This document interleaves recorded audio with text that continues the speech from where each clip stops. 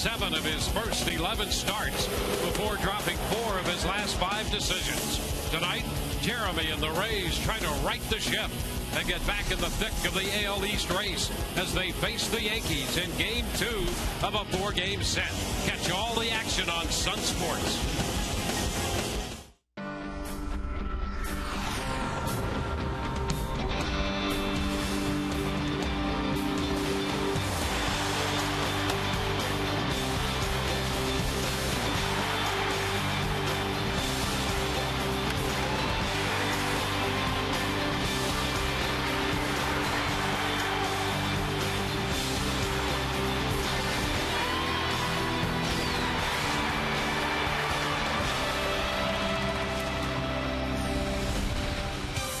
Tonight, the Rays will continue their homestand at Tropicana Field, taking on the New York Yankees in the second game of a 4-game series. For the Rays so far, they have won 1 and dropped 3 on this stand as they try indeed to get back into the thick of things in the AL East. And at this point, the only thing thick is that big 8. They are running third, 8 games back of Boston. New York, a game and a half back.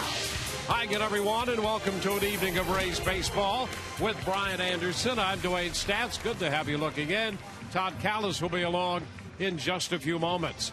Well, the Rays and the New York Yankees go at it. Last night, the Rays jumped to that early lead, 4-1, only to see this New York ball club come back and win 5-4. Offense a concern for the Rays, but not at the first base position where Casey Kotchman has celebrated a homecoming here.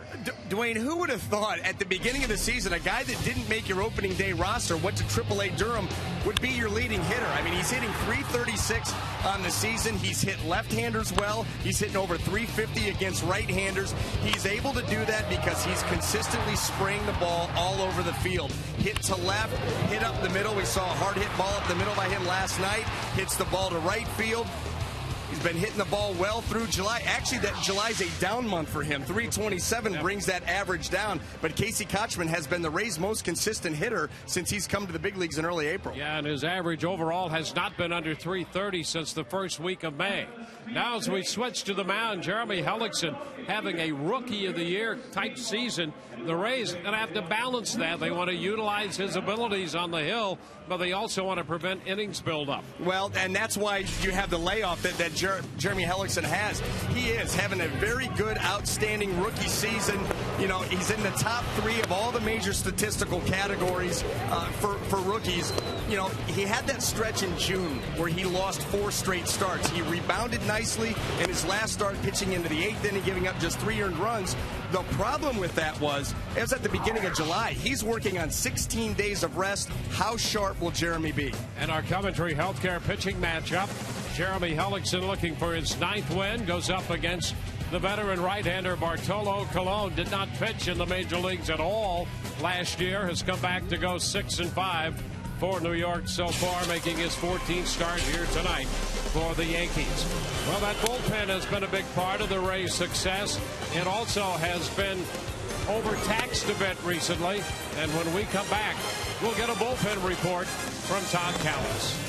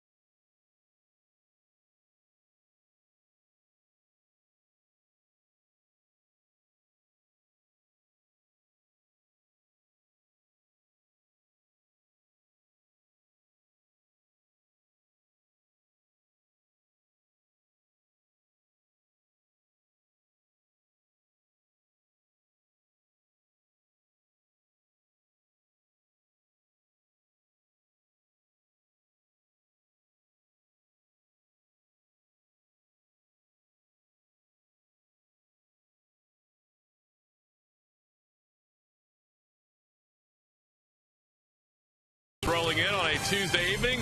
Second game of a 4-game series between Tampa Bay and New York. Now, you knew coming out of the All-Star break, Boston in for 3, Yankees in for 4. This is going to be a tough stretch for the Rays, and in particular, their bullpen. The starters haven't done a bad job, but even despite that, you throw in a 16-inning game and a lot of matching up late. You see a lot of guys working in that bullpen. Kyle Farnsworth, 55 pitches, 3 innings so far in this homestand. Brandon Gomes with that extended outing the other night in that 16-inning game. Then you have Cesar Ramos, Joel Peralta, J.P. Howell, Jake McGee. Adam Russell's not here anymore. Juan Cruz is on the DL. Alex Torres down to AAA Durham. 17 walks in 17 innings, our Geico quote of the game. We talked to Jim Hickey and Joe Madden about the current state of things for the Rays bullpen. There's a little bit of concern with fatigue with all those guys at this point, but I think a little bit more so with Farnsworth and maybe a little bit more so with Peralta because they've been prone to throw more than an inning. You know, even if it's only 2 or 3 outs over the course of 2 separate innings, that takes a little bit more of a toll than just the get up, get in, pitch 1 inning, and go ahead and sit down. Today, I would say Ramos is out, McGee and Howell are back in. I think Peralta's in, and we got Dane De La Rosa from the minor leagues. So you're not going to see Farnsworth, Gomes, or Ramos today. So we have some guys out there. But overall, I like what they've been doing a lot. They've been sucking up some really tough innings, and they've been pitching actually very well. 3 guys were out last night, a different 3 down tonight, and we're ready for baseball. 2 minutes and 41 seconds and counting between the Rays and the New York Yankees. Jeremy Hellickson on the mound for Tampa Bay, Bartolo Colon on the mound for New York. Dwayne Stats and Brian Anderson with all the action in high definition next.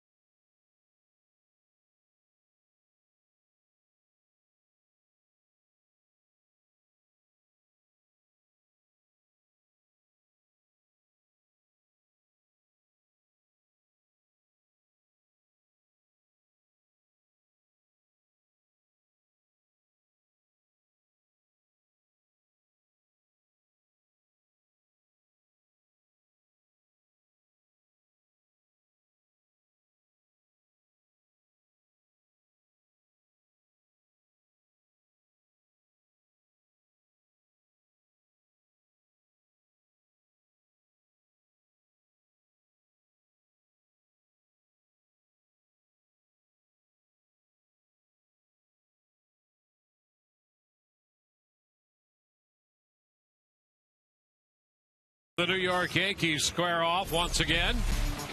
Take a look at the starting lineup for New York, where Derek Jeter leads off from the shortstop spot. Number 2 hitter is Curtis Granderson, followed by Mark Teixeira. Robinson Cano hits cleanup. Nick Swisher in right, the number 5 hitter. Jorge Posada, the DH, with Russell Martin catching. Brett Gardner in left, he'll hit 8th, and Eduardo Nunez playing third base, hitting 9th. Making the start tonight for the Tampa Bay Rays, right-hander Jeremy Hellickson will be his 17th start of the season. He has the 1 complete game. He's had 2 previous appearances against the New York Yankees, both of them out of the bullpen. He's thrown a combined 3 2/3 against this Yankee ball club. This is his first start. 17th start overall here for Hellickson with a mark of 8-7. He's 3-4 here at home and 5-3 on the road. His earned run average here at Tropicana Field at .294. And he faces Derek Jeter to start this game. The first pitch is a strike call on the inside part of the plate. We are underway right on time at 10 past 7 o'clock. 72 comfortable degrees here at Tropicana Field.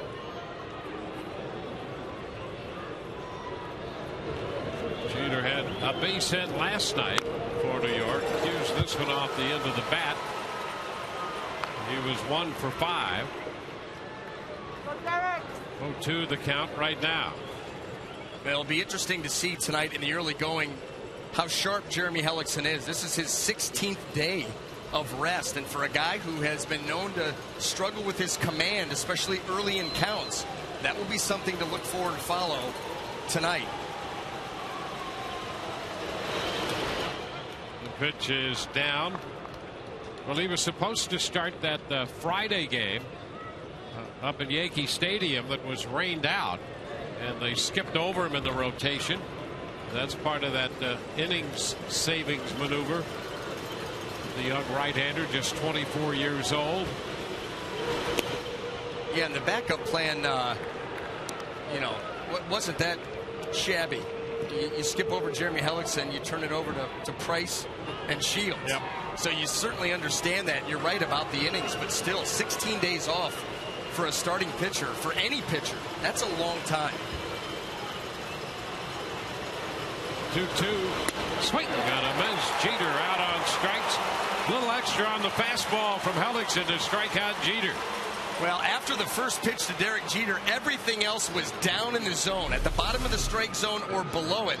And then all of a sudden surprises him here with a fastball just above the belt and gets him to chase. And if you could get him to chase up there, that's good, because Ed Rapuano, the plate umpire, more of a low strike umpire than he is a high strike umpire. That's changed his eye level. Work him down 3 or 4 pitches in a row and then pop one up. Here's Curtis Granderson. A pitch inside. A ball, no strikes. So Hellickson takes care of Jeter. Like a lot of young men, he grew up idolizing Derek Jeter, named his dog after Derek Jeter, and strikes him out here to start this game. 2-0 now the count.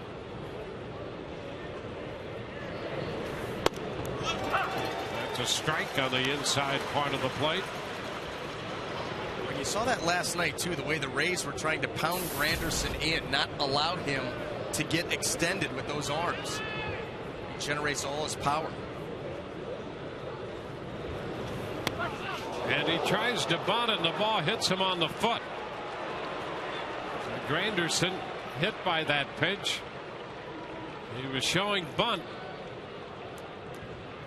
Well, you want to talk about a mislocation. This is supposed to be a fastball away, and it gets Granderson right on the top of the left foot, right by the ankle. I mean, Jeremy Hellickson missed his spot there by about 3 feet. Well, he hasn't pitched in 16 days. Well, that's what I'm saying. Yeah, I mean, that's a fastball arm side away that he not only threw across the plate, but yanked it right into Granderson's foot. It's only the second batter he's hit this year. Granderson aboard at first. 1 on, 1 out. Mark Teixeira.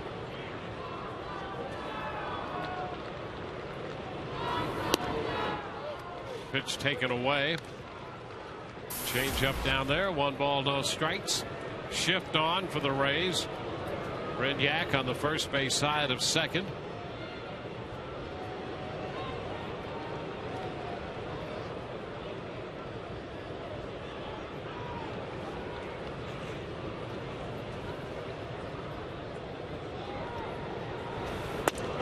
And that's a strike. It's 1-1. Hellickson holding the ball a little extra before he made that last pitch to Teixeira, and that was for the benefit of Granderson over at first. Trying to upset the running game of the Yankees, and then you saw not only the hold, but then the quick slide step. Pick the foot up, put it down.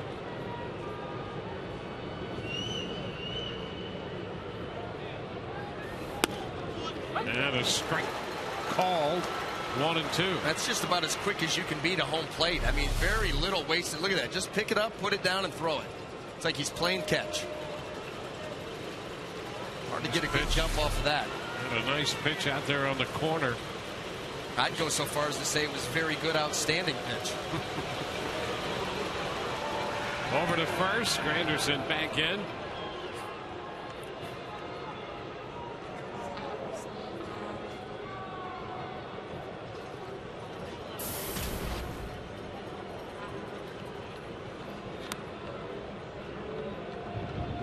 Well, a new baseball put into play here by Ed Rapalano. Joe Girardi, the manager of the New York Yankees,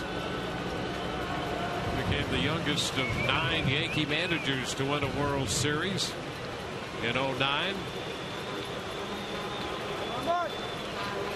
A 1-2 count.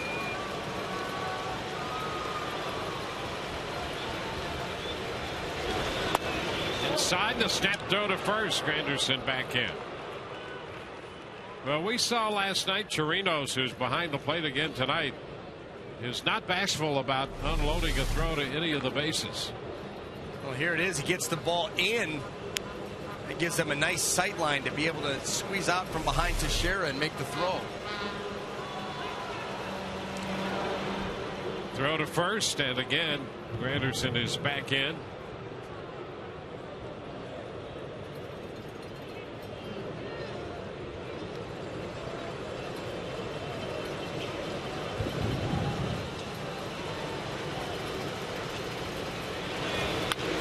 Foul the other way. That's going to be out of play. Holds the count at 2-2.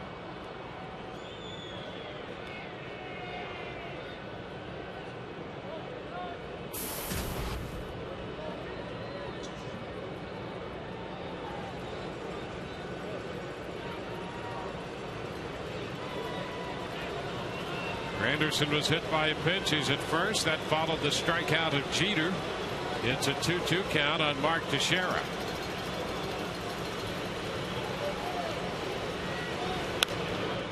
He's out in front. It's a little foul ball off the changeup.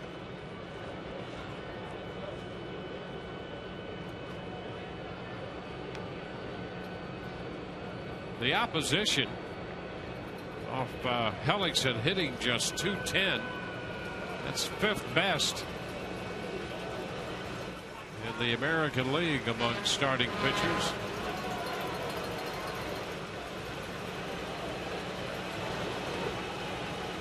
Two swing and a fly ball up the right side into foul territory. Zobrist, but that ball is out of play.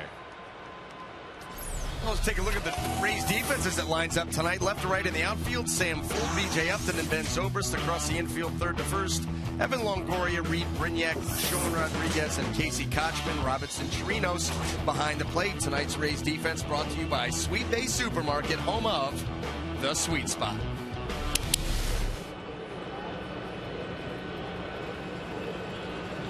Granderson up first base with a lead. 2-2 the count to Mark Teixeira.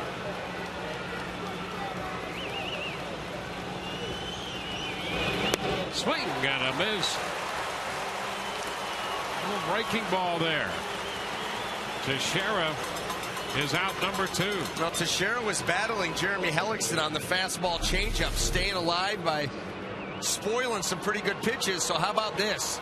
Let's come with the one that you haven't seen. The curveball right out over the plate, but he keeps it below the zone, gets the swing and a miss. That's a big time pitch right there.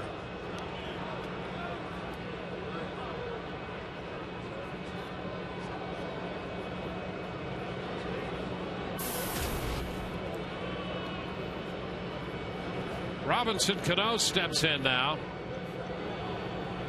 Cano, the all-star second baseman for the Yankees and the winner of this year's home run derby at the All-Star game. There goes Granderson. The pitch is a strike, and the throw is not in time. Picked in front of the bag by Brignac, and Granderson has a stolen base, his 18th of the year. Well, even so, with Jeremy Hellickson being so quick to the plate, he was leaning, he got a good jump, but still, Hellickson quick, and he slides to the outside. Watch him go to the outside of the bag, reach back with the left hand, And Brignac, the tag never even gets to him.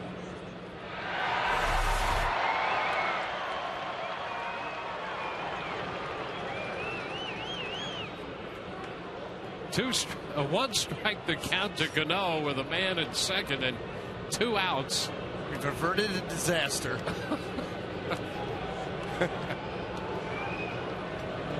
Jockeying back and forth by Granderson. The pitch down and into Cano. And it's 1-1. Yeah, apparently there was a little hum of some type, or a harmonic resonance going on. And we think it came from left field because when it stopped, there was a big cheer from the stands in left.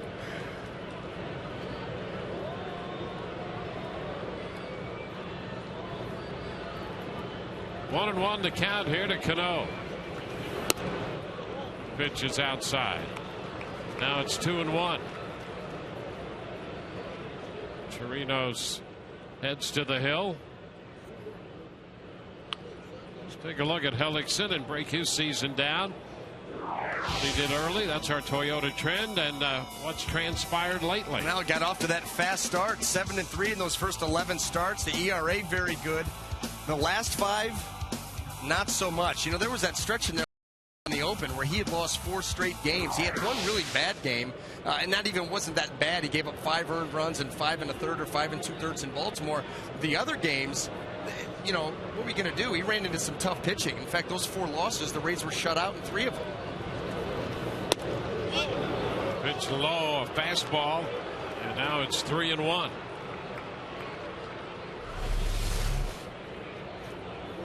Here's the fastball, definitely out over the plate. But down a little bit.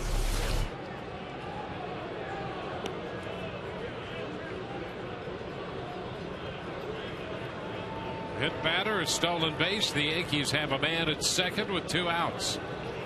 And Cano's ahead in the count. And he fouls this one out of play. 3-2.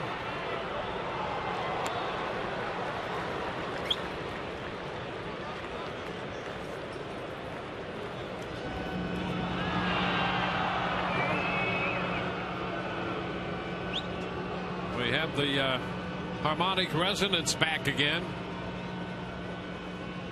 It's a mysterious presence emanating from the left field stands. This is louder. Yes. This time around.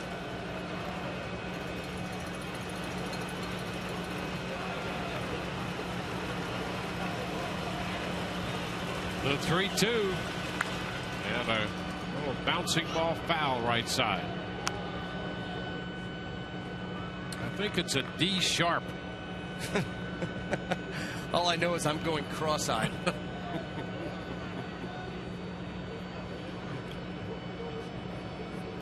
Yeah, Girardi trying to not allow it to bother his concentration, but not succeeding.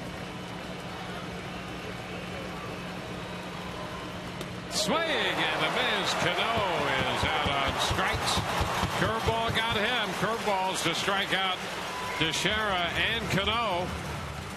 As Hellickson strikes out the side, he got Jeter on the fastball, Teixeira on a breaking ball, and Cano on a breaking ball.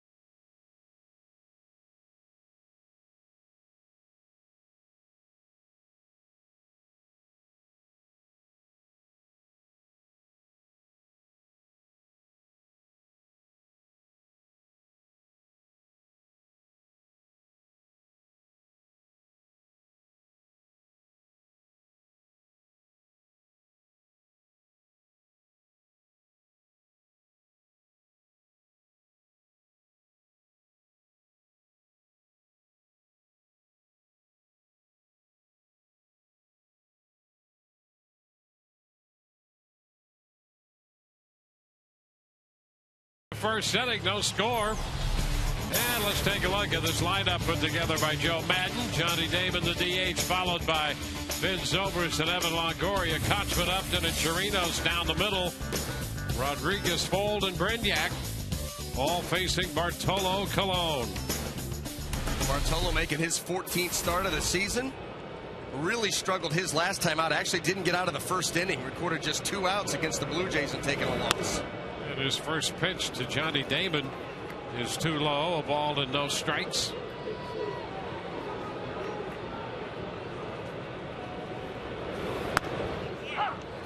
There's a strike. It's 1-1. The Rays got him for 5 runs in the series opener up in New York. In the previous series between these two clubs, he's ahead of Damon.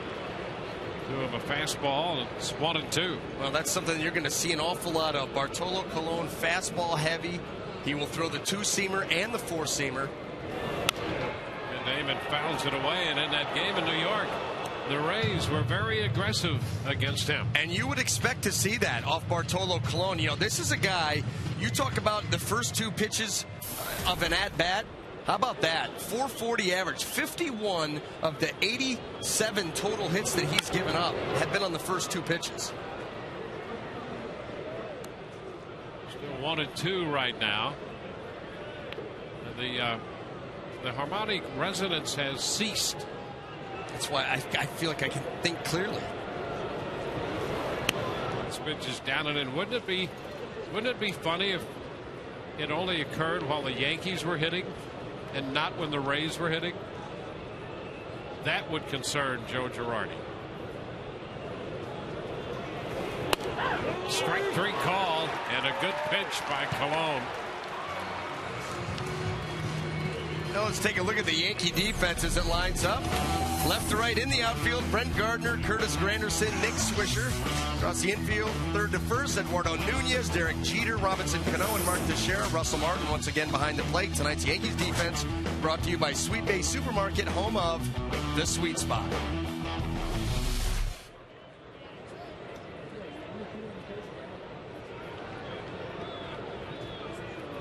There's Ben Zobrist now.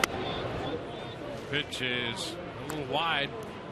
Fastball, and it's 1-0. Zobrist opened the game against Cologne in New York with a triple.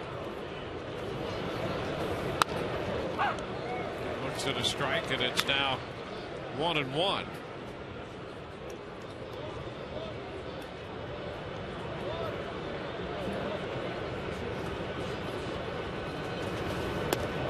Pitch is down and in. 2-1. He tried to nip the corner with that pitch and missed. Well, very similar to the pitch that he struck Johnny Damon out with, is that 2-seamer that he starts in off the plate. It's a ground ball sharply hit, and Teixeira comes up with that one in that big first baseman's mitt. Teixeira playing it off to his left and actually gloved it behind him. Yeah, that was more goalie than first baseman. Right here, a hard slap shot. And Teixeira with the glove save and a beauty. So 2 up, 2 down.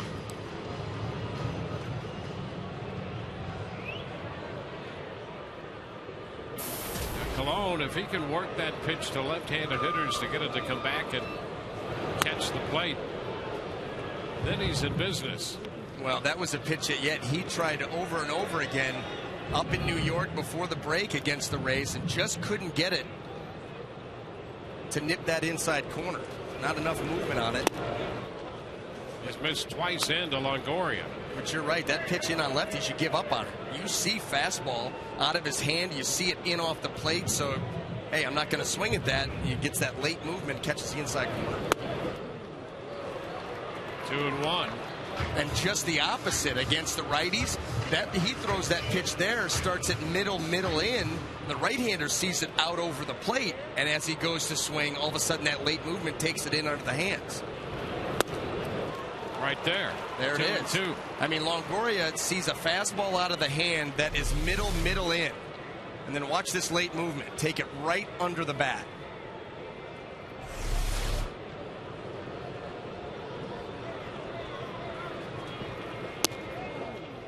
It'd be missed there, 3-2. But if he can command that pitch, that's why a guy can stand out there and throw one fastball right after another and go, well, here, try to hit that. Right.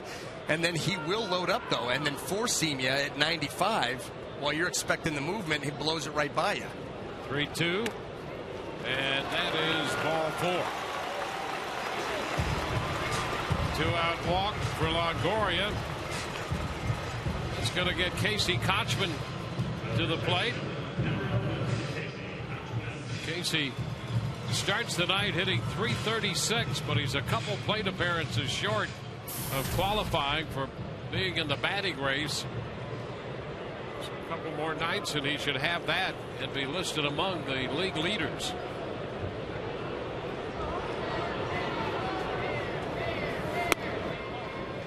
Takes a pitch for a ball. 1-0. I still can't believe he hasn't qualified. Been playing first base all year long. He missed 6 games. The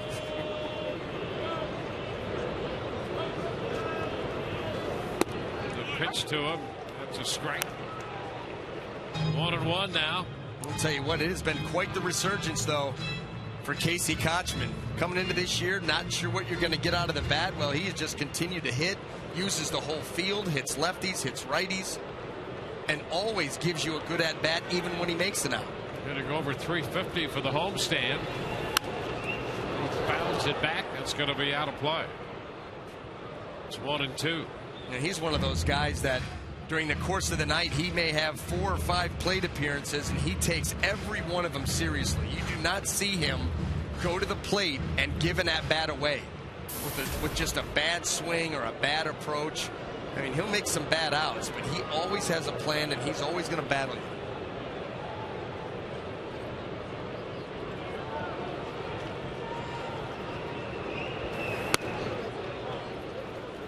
Takes the count to 2-2.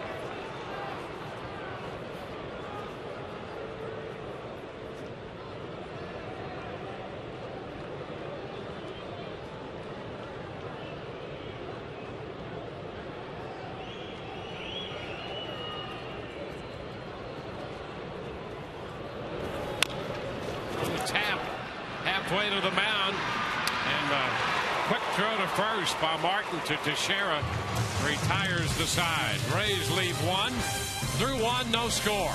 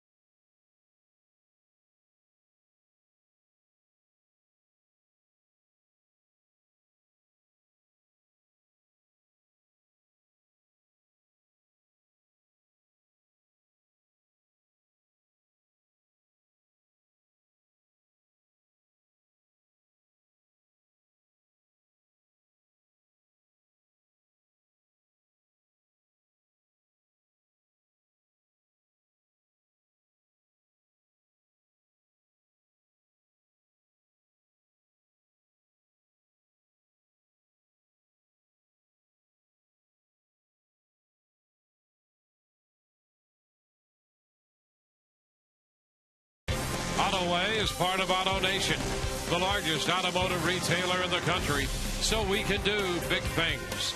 By Tires Plus, the plus is in everything we do. By Mercedes-Benz, located on the web at MBUSA.com. And by AT&T.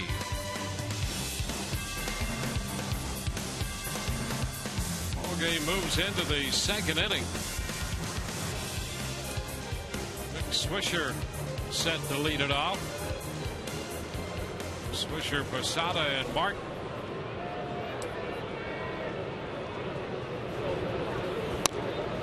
pitch too high. 1 ball and no strikes.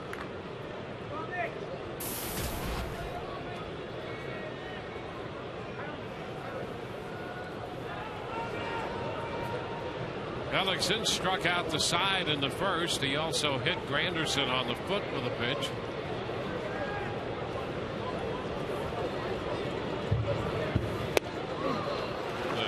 Cut to miss and a fastball. It's 1-1. Come on, Nick. Austin and Baltimore. They're in the bottom of the 2nd inning at Camden Yards. No score in that game. High popper right side. Foul ball. Kochman and Rodriguez trying to get there. Now it hits.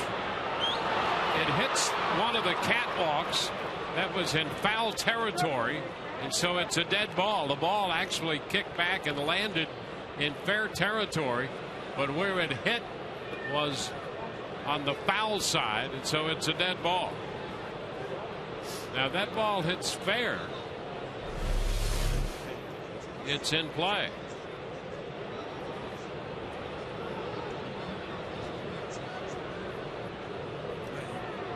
See, it bounces off that catwalk back down into fair territory, but it's a few feet foul.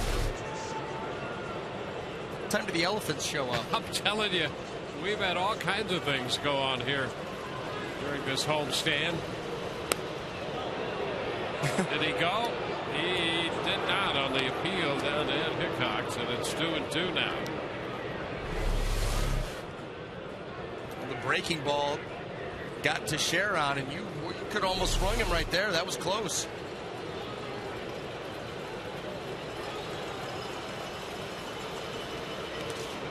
Too low, full count.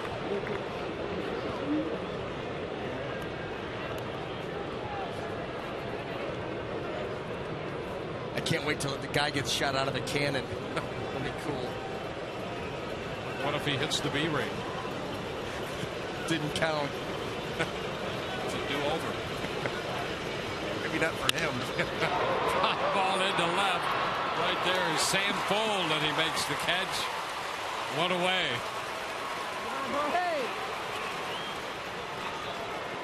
Well, that would be the parallel to a dead ball. Stay one, Jorge. Here's Jorge Posada.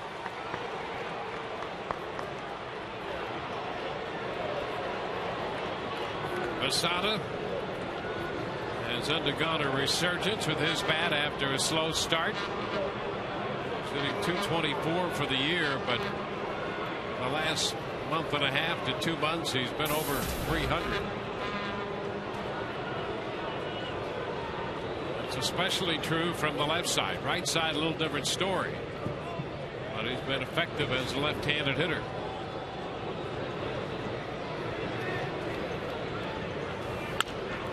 This pitch is fouled back. Ellickson offers a fastball.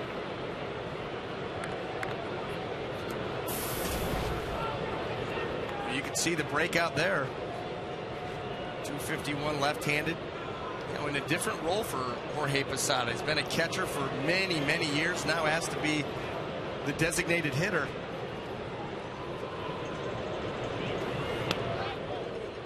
And you know, you can say all the right things. Hey, I'd be willing to DH and go out there and do that, but you really have to embrace that role and sell out to it if you're going to have success with it. A lot of players that play every day and make that transition don't do it very well, and early on that was the story with Posada.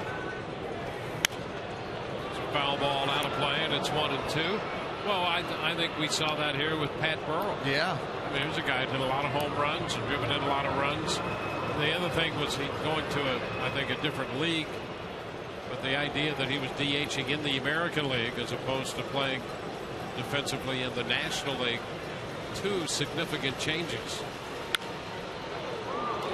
Just foul outside the left field line. It's difficult to make that switch. I think especially for a hitter who spent most of his career in one or the other leagues, I think it's sometimes difficult to make that transition. Yeah, well, there's no question about it. You're used to being out in the field, in the flow of the game, everything that's going on. It's a completely different role. to go up there having at bat, you may not hit again for an hour. 1-2, there's a line drive and a base hit into right. Zobrist cuts it off. Posada makes the turn and hangs on there. Well, we need look no further perhaps than Adam Dunn this year. Well, Jorge Posada was looking for a hole somewhere. He just missed going down the third base line, and there he gets a fastball over the plate and lines it out into right field. A very good at bat there by Jorge Posada, trying to find an opening somewhere. Now Russell Martin. First hit of the game for New York in the second inning. Yeah, the struggles of Adam Dunn in Chicago are mind-boggling. I mean, really, he was in that stretch where he was, what, 1 for 54 or 155 against lefties. He gets a base hit to right field, and the crowd gave him a standing O, and he tipped his hat from first base, took the helmet out and tipped it. It has been a rough year. And a strike call. 0-2 now to Martin. It's a whole different mindset, how you stay loose, how you stay ready to go. But I think Jorge Posada got to the point where he realized, if I want to be out on the field, that's the role I'm going to have to be in, so I better embrace it. Better get used to it if I want to play. And he's done much better since. And a cut to miss. Martin got behind, and Hellickson broke out the changeup to strike him out. Boy, that was a good changeup, down and in. You watch the awkward swing by Russell Martin. He sees fastball, just gets all tied up. Out over top of that, in front.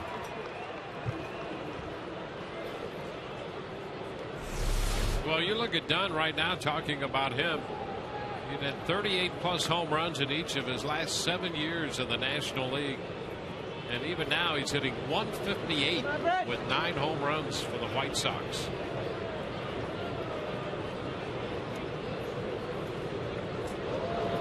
Brett Gardner. And as we saw last night, this guy can be a nemesis. First pitch he takes for a strike. And that's not unusual. He's very patient up there. Last night, he took pitches all over the place. He took 24 pitches. And 8 of those he took for strikes. There's a strike. I mean, there's some hitters who don't see 24 pitches for a week. They're aggressive. They go up there and hack in the first pitch or two. But he took 24 pitches in the game last night. Well, just because he's in the 9-hole doesn't mean that he still doesn't have that leadoff man approach. That's kind of the role that he has been carved out to fill. He's not doing it right now, but that's still the approach. Take a lot of pitches, work counts. Slow, blocked by Chirinos. 1-2. And really, in his role here with the Yankees, he is like the second leadoff man, the forgotten man hiding down in that 9-hole that has just continued to get better and better as the season has progressed. And is red hot right now, 11 out of his last 19 since the All-Star break.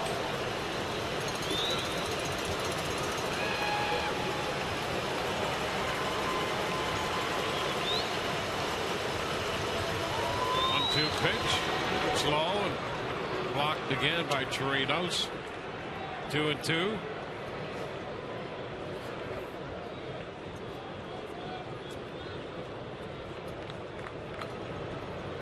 This game assuming a leisurely pace at this point.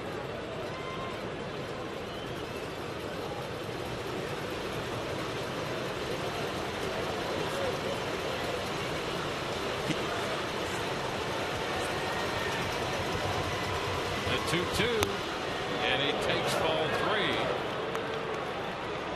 So he looks looks at the change up there to run the count full. Well, Jeremy Hellickson likes that changeup with 2 strikes. He got ahead of Gardner quick. Missed below the zone.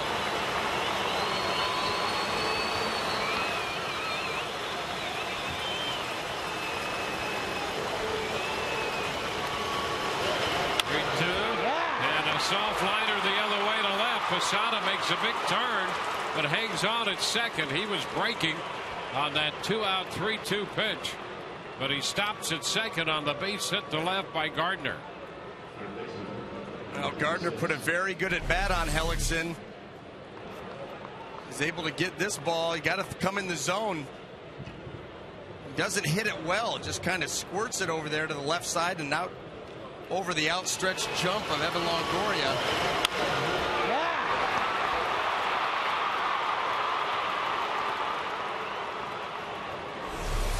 So it's 2 men on with 2 men out in the second inning for Eduardo Nunez.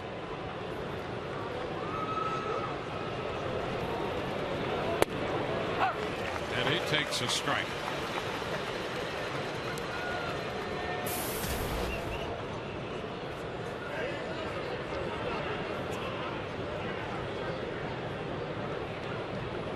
Posada singled with 1 out. Gardner worked a full count and singled with 2 outs. He's at first. Swing and a miss.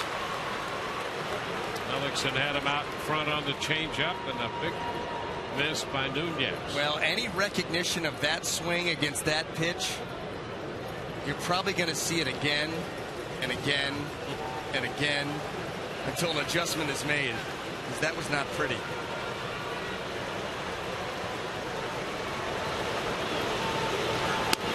Upstairs, fastball up and away, a little different look. Yeah, change the eye level and then go right back to that changeup. Took a very awkward swing at the previous pitch, and especially after that fastball up and out of the zone, that's not a real good setup pitch, but you can go back to that changeup at any time.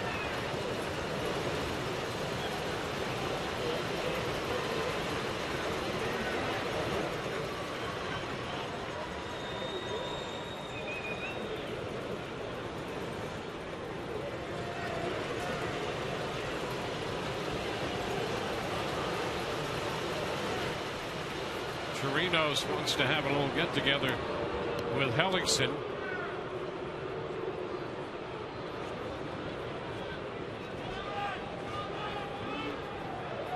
Well, tonight's game is available in Spanish via SAP, brought to you by Coventry Healthcare of Florida. What does that mean again? Secondary audio programming. Way to go. I'm just going to start spelling it out going forward. A ball, 2 strikes to Nunez. Into the dirt. Blocked by Chirinos. It's 2-2. Now, the last few breaking balls from Jeremy Hellickson, he's really choked off, not even giving himself a chance to get a swing. It's that pitch you want to let that come out of your hand, stay in the strike zone, and try to drop it right into the catcher's glove in the dirt. He's been yanking that a little bit too much. Swing and a miss. He chased it.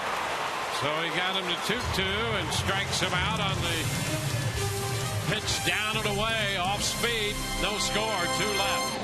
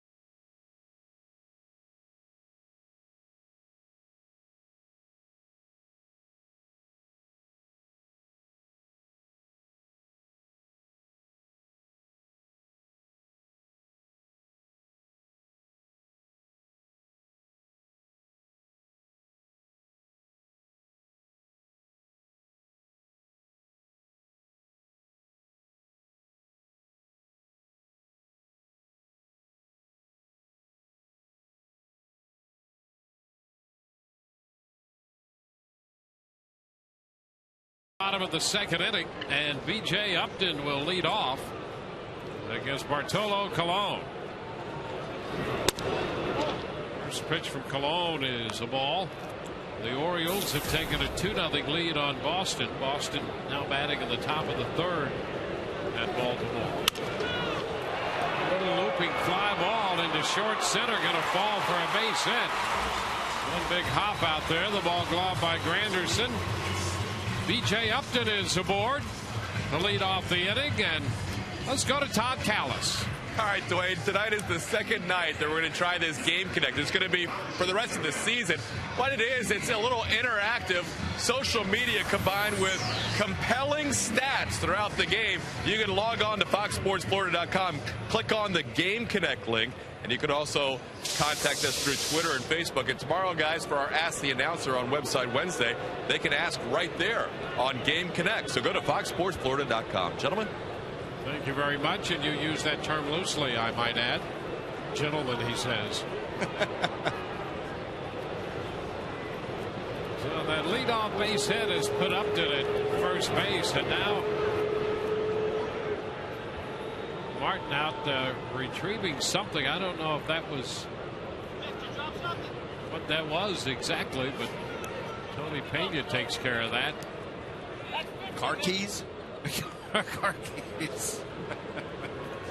Room key.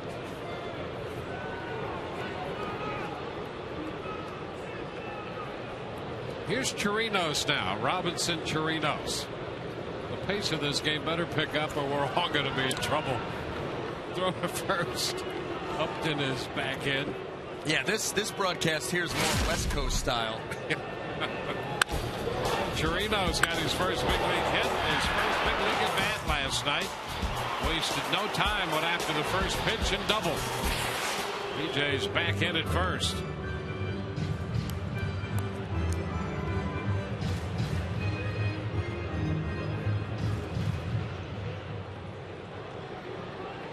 Chirinos 1 out of 3 coming out of last night's game.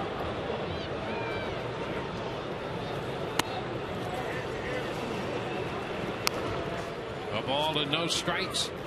Well, the Rays played that long game against the Red Sox, 16 innings that took 5 hours and 44 minutes to play. Last night, a 9-inning game against the Yankees went 4 hours and 1 minute, and this game is on the same pace. There's a strike.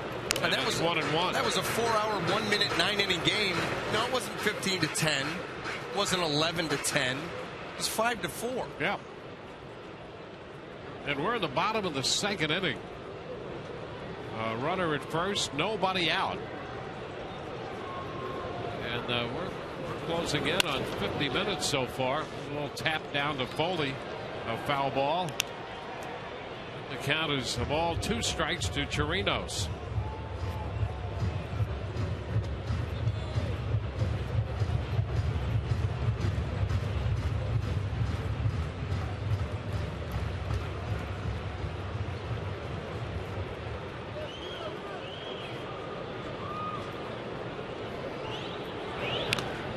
And a move to first.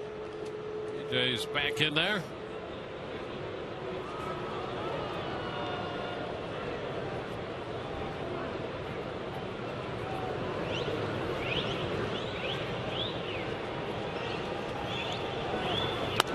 Set up away, and boy, Colon didn't miss by much there. Actually, he didn't miss at all, and that's not going to help the pace of game either. This is a fastball right on the outside corner. I'm sorry, that's a strike. Oh my. What do you want it? That's a very good pitch. That's a pitcher's pitch right there. So we're not going to call corners, down, or up. Get out your sleeping bags, people. Swing and a miss. Chirinos is out on strikes. Second strikeout. 1 away here in the second inning.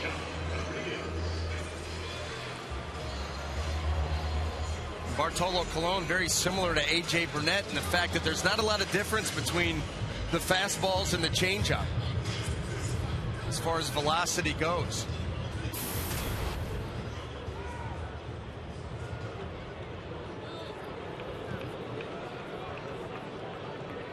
A.J. Burnett pitched 5 1/3 last night.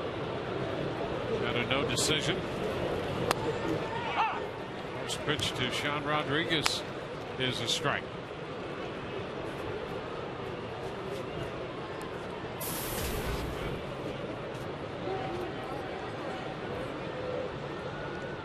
Sean at 221, 4 home runs.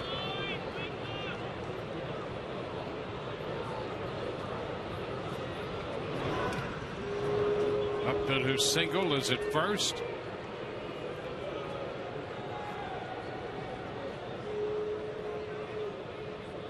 Rodriguez, the 7th hitter in the Rays lineup, and that's the first pitch strike by Bartolo Colon.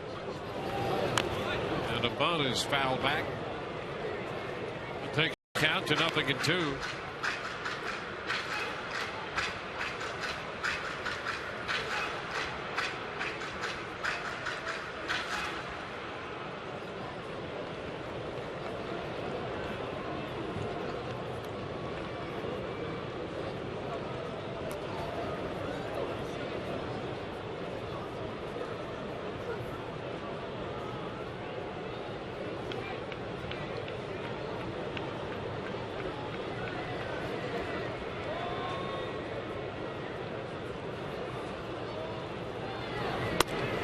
And that's a called strike. So he took a shot out there and got that one called. 2 outs. Well, early in the ball game, before the zone is established, you got to continue to go with what works for you. Didn't get the call on the fastball, but gets it on the slider. This is a pitch that's breaking over the plate to the outside corner, ends up in the same spot. This one he gets the call, but that's a good slider in a very good spot. And a first pitch strike to Sam Fold. Sam's hitting .241. Came up with a pinch hit single last night.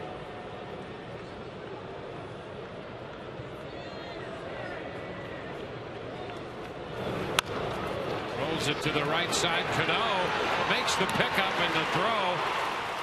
Nice little pickup by Cano, ranging to his left, and Fold is out of there. The Rays are finished, leaving a man. We're at the end of 2 here at Tropicana Field tonight.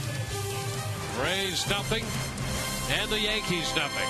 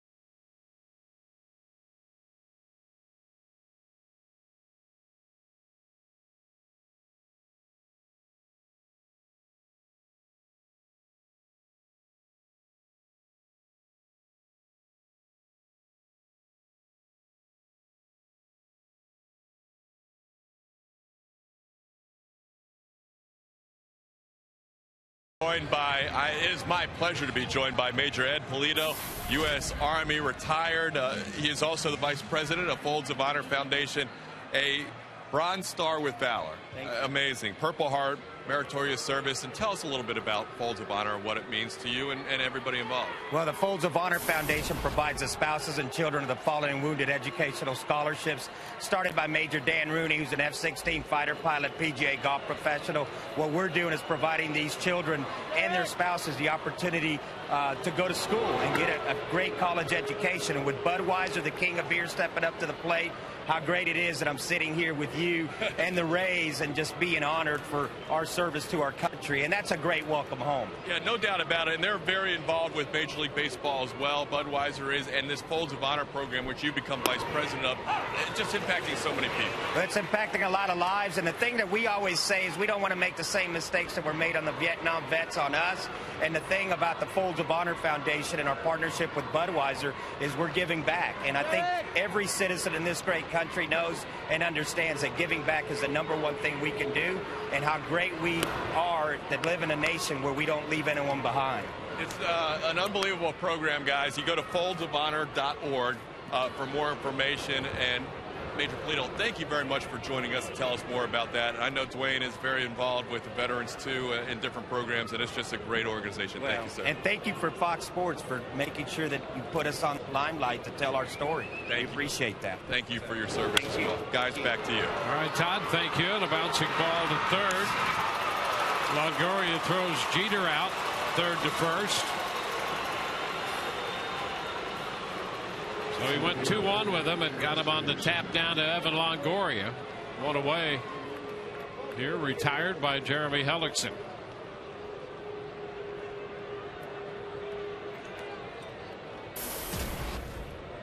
It's Curtis Granderson.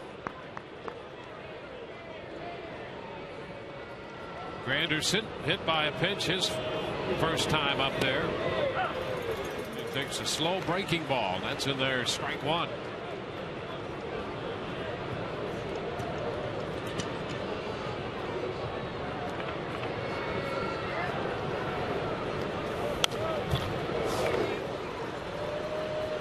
Strikes. Fastball foul back. Yeah, that's tough on a hitter, and that's exactly what Jeremy Hellickson's thinking. You drop that look at 72 miles an hour, and then you come back with a fastball almost 20 miles an hour faster.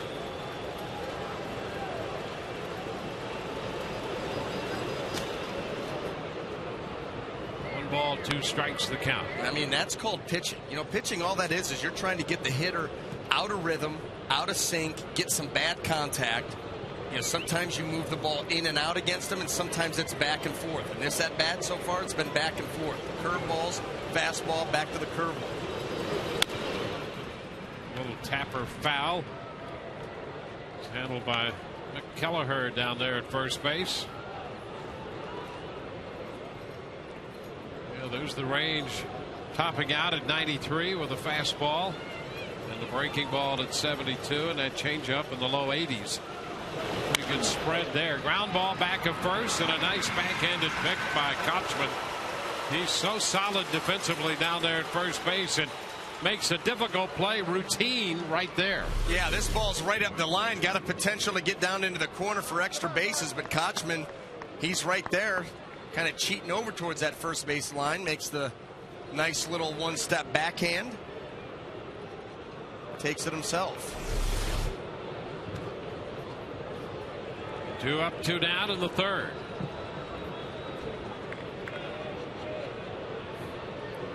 Mark Teixeira.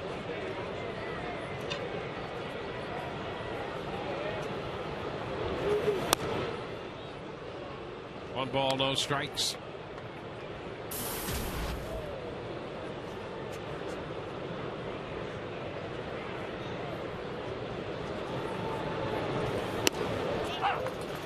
A strike. Wieters has come up with a base hit to drive in a run in the bottom of the third inning. That opens a 3-0 lead for Baltimore over Boston. There's a broken bat and a fair ball lined up the right side into the corner. Teixeira's headed for second base, and the throw skips by the bag at second, and Brignac. It's a double for Teixeira. The throw backed up by Longoria. How about the fact that that turned into a double because he hit it so softly? If he rifles this ball down there, hits off the wall, then Zobrist is going to be able to grab that ball, get it into second base, and keep him at first. But because this ball's off the end of the bat, it takes forever to get down there, doesn't come off the wall very hard, and so that is what has allowed Teixeira to get into second base.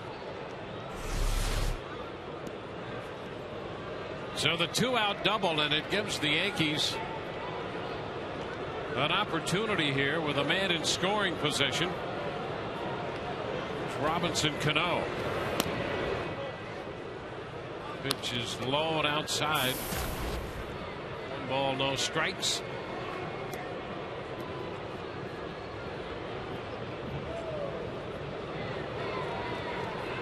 Hellickson got him on a 3-2 curveball in the first inning, struck him out. And he hits this one a long way into deep left center field, and that ball is gone. Robinson Cano hits a fastball out, and New York will take a 2-0 lead. 13th home run given up by Hellickson. And he lasered that one out of here. Yeah, that's not your grandfather's second baseman, not with that kind of juice. And this ball, boy, he made some loud contact, just pushes this ball out towards left center field. I mean, that, making solid contact, let that ball travel a little bit, and you see how much power he's got. That ball fading away from center over, heading towards left center from a left-handed hitting second baseman, and he gets it out of here. 16th home run of the year, and he now has 61 runs batted in. As we mentioned, his first time up. Swisher takes one low. He won the home run derby around the All-Star celebration this year. He had 32 home runs over 3 rounds in that home run derby. He had his father Jose pitching to him. His father played in the Houston system and got up briefly with the Astros. Spent a lot of time playing in Mexico, and he pitched to Robinson Cano in that home run derby. There's a roller handled by Kochman to Hellickson to get Swisher. New York scores first with a 2-run home run.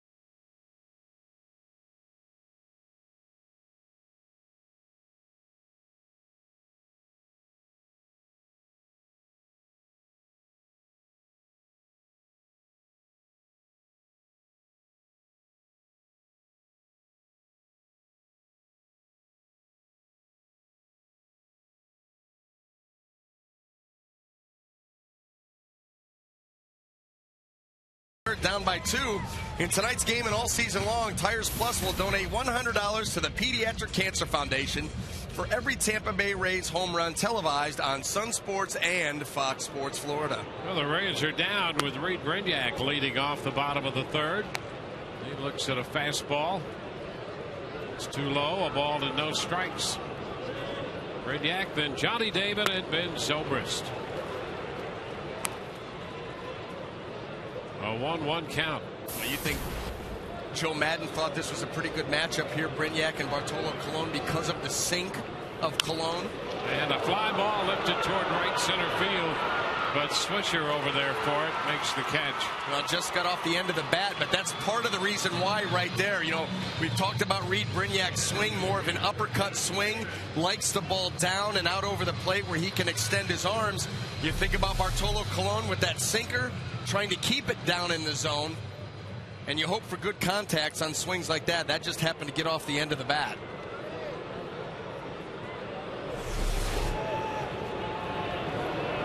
Johnny Damon pops it up, foul ball. Nunez coming hard for it, makes the catch, sliding right into the base of the railing in front of the New York dugout. So Nunez showing some hustle getting over there to retire Johnny Damon. That ball not hit that high by Johnny Damon, so Eduardo Nunez gets on his horse, gauges where he's at, and makes the nice sliding catch. Boy, when you're running full speed at some impediments that don't move, it's not that comforting, but he goes down, makes a nice play. Ben Zobrist, first pitch is a fastball taken for a strike.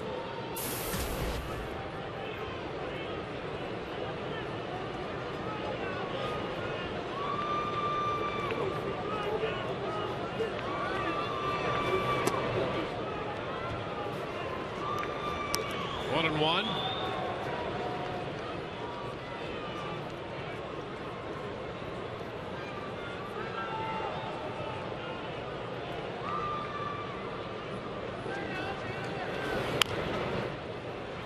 Fouls that one, a little bounding ball the other way. It's 1-2.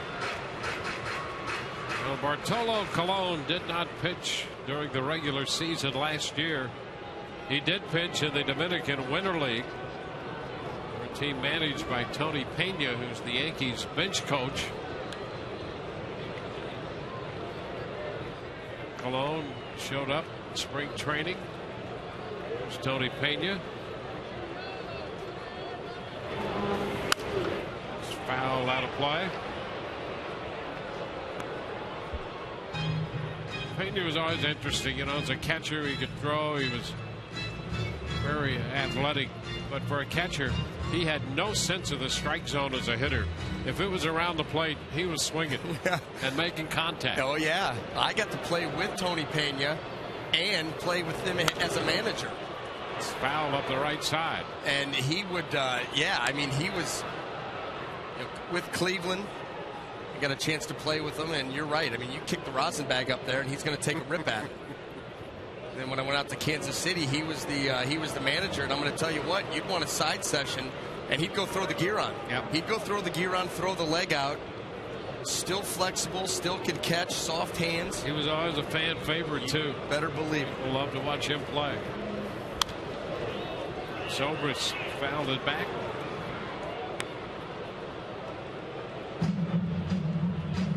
Yeah, Colon had he had a couple of different problems that prevented him from playing. Pitched about half of the 09 season, and he had a problem with his left knee and had an elbow issue. 2 balls, 2 strikes the count now. So did not pitch in 2010. Pitched in the Dominican Winter League, and here he is making his 14th start for New York. At 38, he's come back.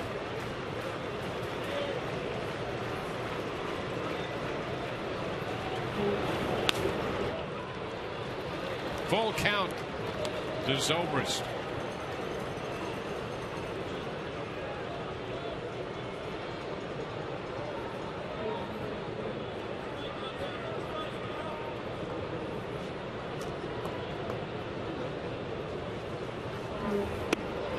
And Ben draws the walk.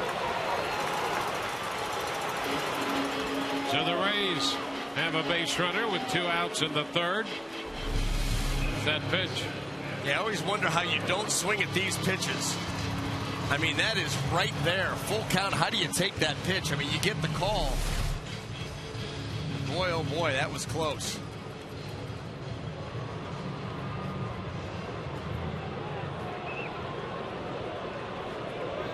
Rays have a hit, 2 walks, and here's Evan Longoria.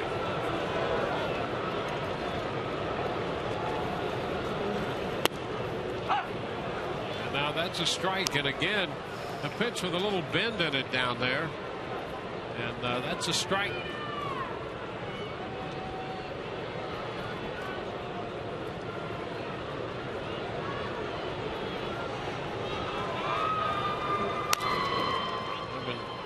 Fouls it. 0-2. Fastball down that time.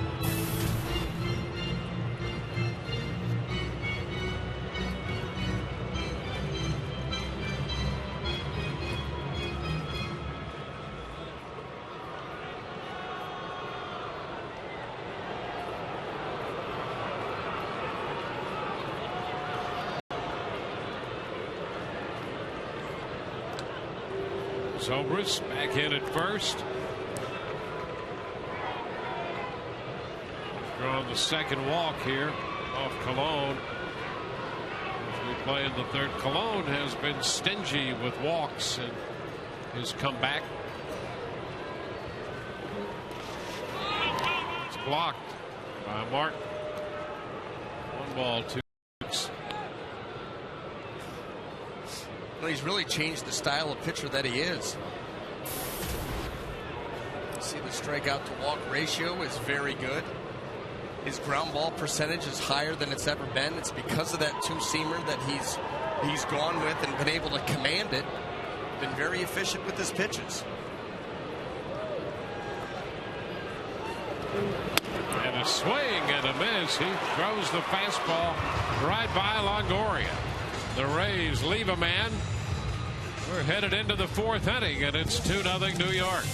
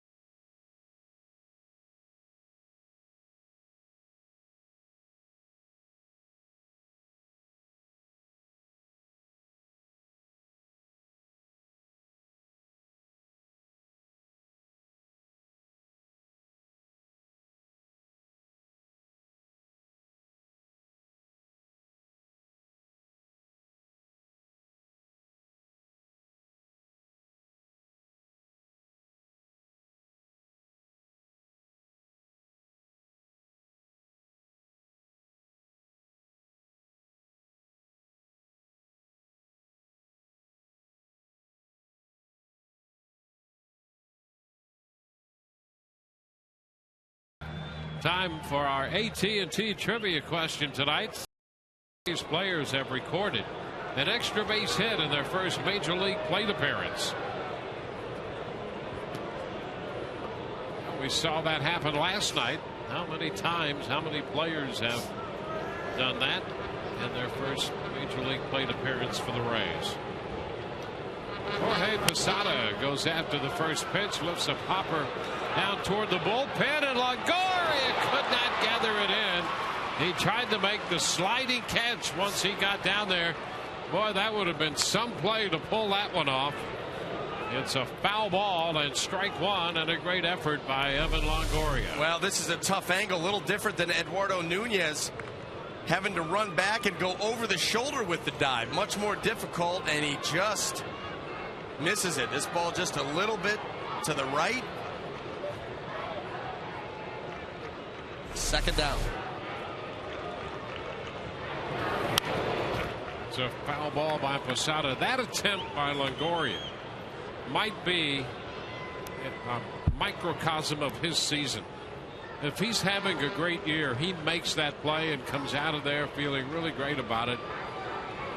But it's been a difficult season for him. There have been some injuries involved, the oblique and the problem with the neuroma on the foot. He just hasn't been consistent. But when things are all falling into place, he makes that great play right there. Yeah, and you're right. You look at, he puts the work in, he puts the effort in, he goes after that ball, he hustles, he slides, he does everything he can except come up with the baseball.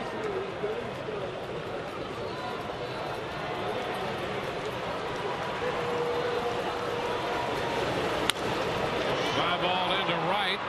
Zobrist is right there to meet it and make the catch. One away. And Zobrist consistently gets great reads on fly balls from the outfield. Well, he's such a versatile player, but you know, I know you feel the same way. I love him out in right field. I mean, I think he's a better outfielder than he is in the infield, even though he's very solid, you know, in there. But you're right, he gets good reads out there. He's going to hustle. He knows to throw to the right bag. Ball on to Russell Martin. He makes the right throw. He keeps it where a cutoff man can handle it. Yeah, he's very good in right field, and that's really a part of his game that might be the best part of his game. That I think there's very little recognition for him and the great job he does out there. 1-1 the count.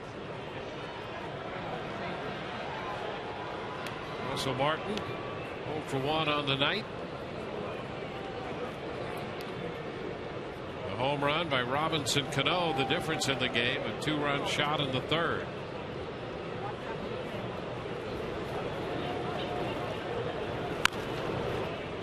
It's a tap foul. Ball 2 strikes. Robinson Cano. Story is his dad wanted to name him after Jackie Robinson, and I guess there were discussions about what they might actually name him, and his father said, no, we're naming him Robinson. And the story I'd heard is that it took about a week before there was a definite name that they said, sure, we're going to call him Robinson Cano. At the negotiating table? Yeah, I guess so. And so he can't wear number 42 for a couple of reasons. Jackie Robinson, one of them, because it's retired, and Mariano Rivera, the other reason. Martin is out of there, and so he wears the reverse of 42 and wears 24. And he's turned into just a great part of this New York ball club, as we have seen tonight. With this great power display, the offensive side of his game has really exploded. Yeah, and defensively, he's starting to lock that in a little bit more. Where he would get lackadaisical out there from time to time, a little too much, you know, styling out at second base. He's really locked it in and become a very good second baseman. Good hands. When you talk about the offensive production from that position. Pitch is down. 1 ball, no strikes to Brett Gardner. Cano from the Dominican Republic, and his parents brought him to the United States to go to school, learn English for a time, and then return to the Dominican. It's a strike, and the count is 1-1. And I'd always heard that Houston had a chance to sign him. Julio Linares, part of their organization from the Dominican, and lived not too far away from the Canos. And I think the Yankees gave him $150,000 to sign, something like that, and really outbid at the time everybody else. To strike 1 and 2, and when you think of the money involved now, seems like a paltry sum. It's a to get such a great talent as Robinson Cano, but it was a little too hefty for some other clubs at the time. And he may have been 12 too. Hard to project. Swing and a miss. Gardner's out on strikes. 1, 2, 3. We go to the bottom of the fourth. It's 2-0 New York.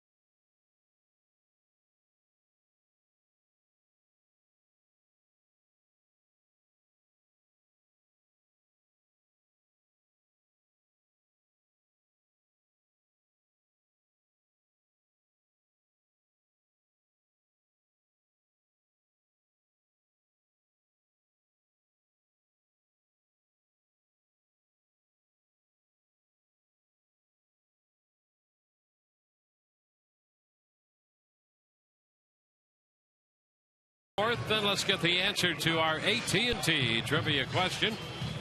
How many players have recorded an extra base hit in their first major league plate appearance? 6. Who might they be? Steve Cox, Esteban Yan, Johnny Gomes, Jason Hamill had a double, Brandon Guyer a home run, and Robinson Chirinos last night with a double.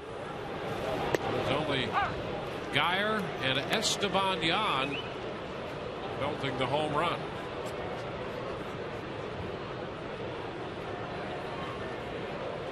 One strike to count to Kochman. In case he takes this pitch low, it's 1-1.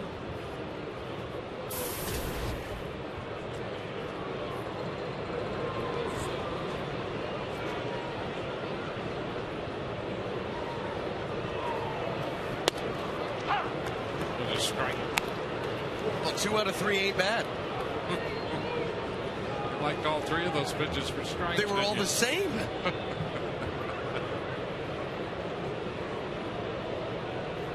Well, let's see where this one ends up. This is the one that'll be called a ball. Even odds. The count is 2-2.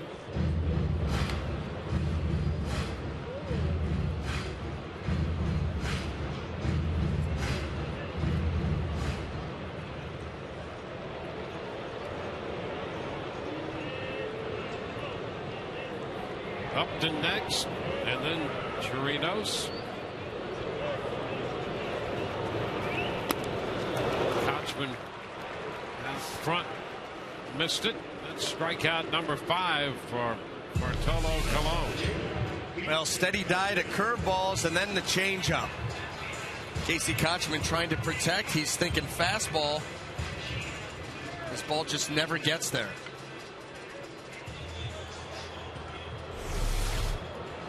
Colon is coming off a couple rough outings.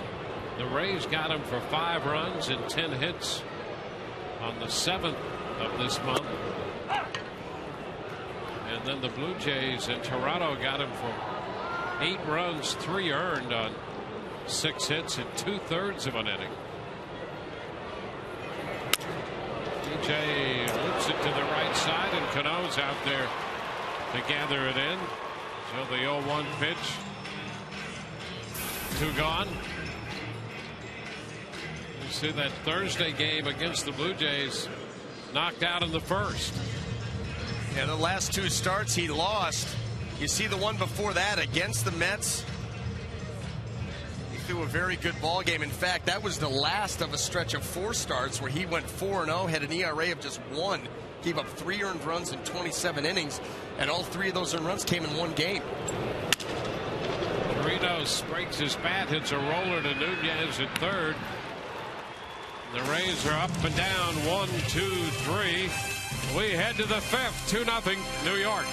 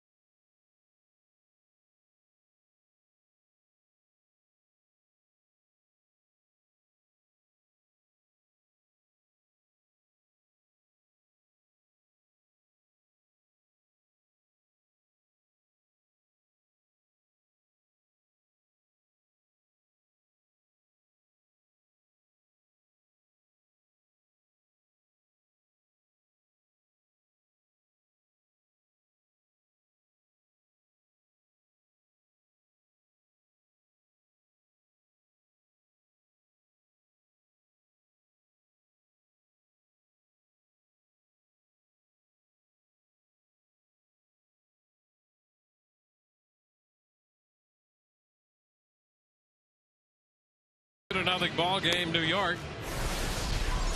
Time to take a look at the upcoming Rays schedule, brought to you by Just for Man Hair Color.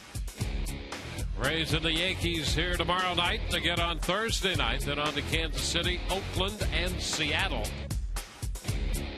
As we look forward to the upcoming Rays schedule, you can live forward with Just for Man Hair Color.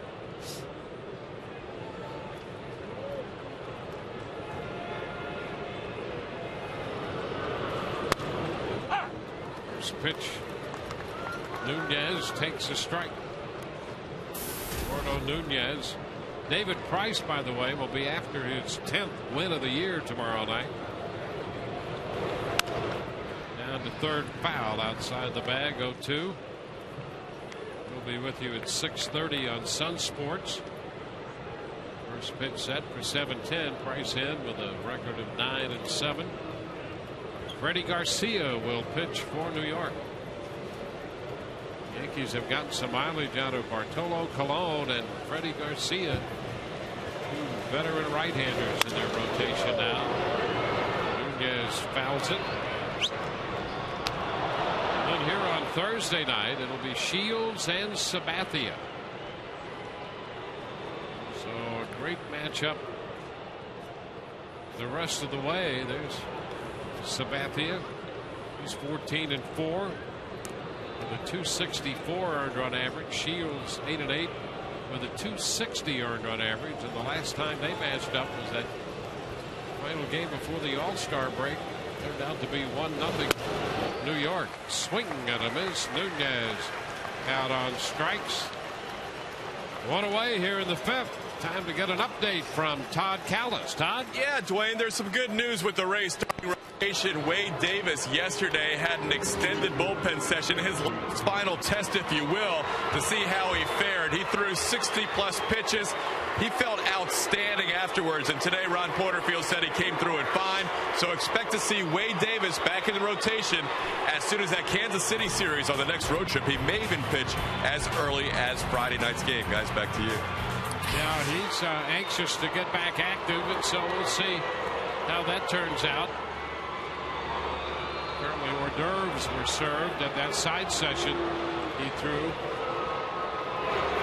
Some pretty good foodstuffs in the background there, down in that the Papa John's area. One strike to count to Derek Jeter.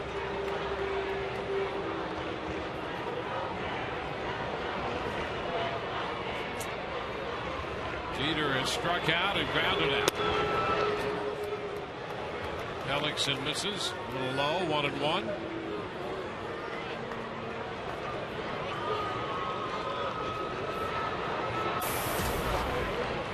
Yankees have 2 runs, 4 hits. The Rays, no runs, 1 hit. Jeter bounces it to short. Brignac grabs it and throws on the move. Jeter is 0 for 3 in the second out in the 5th. Derek Jeter, he will hit the ball on the ground for you. Keep it down in the zone. That's exactly what Hellickson did. Let your infield do the work for you. Keep this ball down. He just hammers it right into the ground. And Brignac here, nice stab, throw on the run, right on target.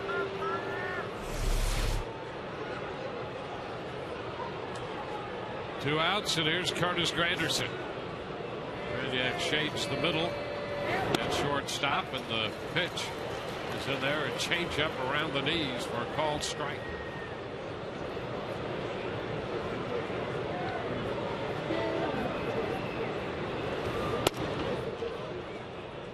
One and one. Well, that's the one pitch that's been inconsistent tonight for Hellickson, is the fastball in. He's yanked quite a few of them. In fact, he yanked one early in the game that hit Granderson. That was supposed to be a fastball away. Bounds one back, a fastball, 1-2. They do want to keep Granderson's hands in. Saw last night with his swings, he did not make the adjustment. He is banking on the fact that you'll miss out over the plate. That last fastball that he just swung at did catch a lot of plate. He just missed it.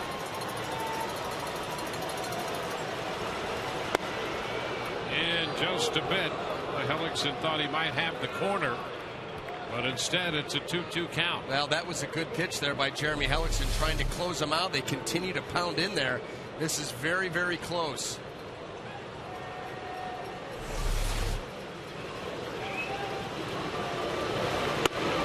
And again, off the plate a bit more that time. And it's a full count. Well, they are bound to determine to get Curtis Granderson out in. Ground ball, right side, flagged by Rodriguez, and John Snow to Kochman. 1-2-3, go the Yankees, 7 in a row since the Cano home run. 2-0 New York.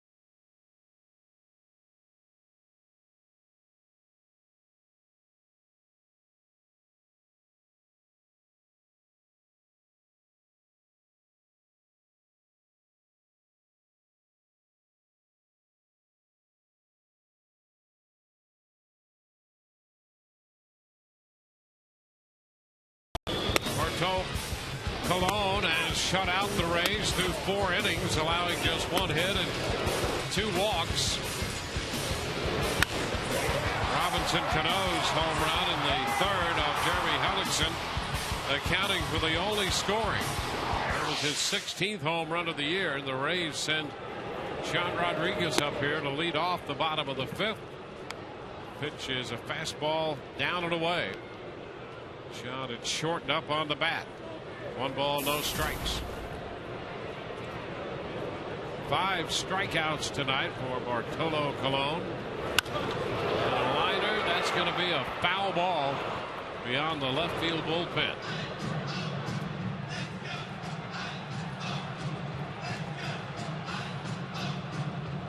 Boston scored a couple of runs in the top of the 5th on the 8th home run of the year by Jared Saltalamacchia.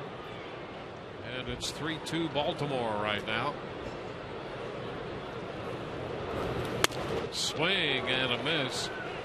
The fastball up and by Sean Rodriguez. You're so used to looking down in the zone for the sinker that every once in a while he got Evan Longoria on the same pitch. He will surprise you by keeping the 4-seamer that doesn't have the downward movement up in the zone. And he strikes him out. And just went right back to the same pitch. You know, you're so, like I said, you're so used to seeing that ball move down. You're looking at the knees, at the thighs for something you can drive. And he shoots the 4-seamer up above the zone, goes right back to it, gets the chase right at the top of the zone with a hard 4-seamer. 1 out, now Sam Fuld. Sam bunts foul right back into the screen. It's another fastball with a little getty up. Well, that's how you can use your fastball different ways. You know, you sink it, you move in and out, you look for that late movement under the bat of the righties, back door, front door, and now you start powering the 4-seam. Oh, fouls it out of play, and he's down on the count, 2 strikes. And guess what? Then you use that 4-seam, then you start and you start to, you know, power these guys with that pitch. Then you go right back to that 2-seam. Now they want to swing at the 4-seam, the straight one. You get them chasing after that 2-seam, you get at your ground balls.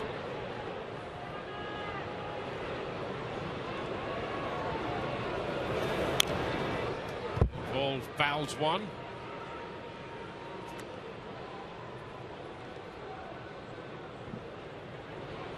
Rays got a 2-out walk in the 1st, drawn by Longoria. Upton opened the 2nd with a base hit. And they got a 2-out walk to Zobrist in the 3rd.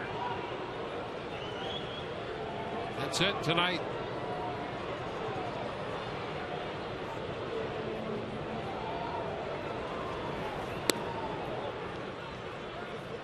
One ball, 2 strikes. Slider right there.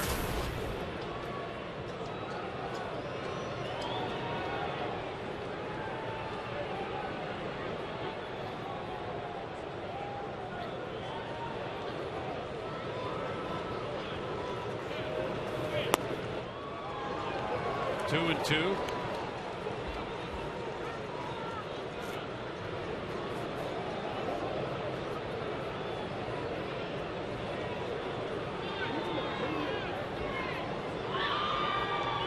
Took that last pitch down and away. It was a changeup. It's a fly ball.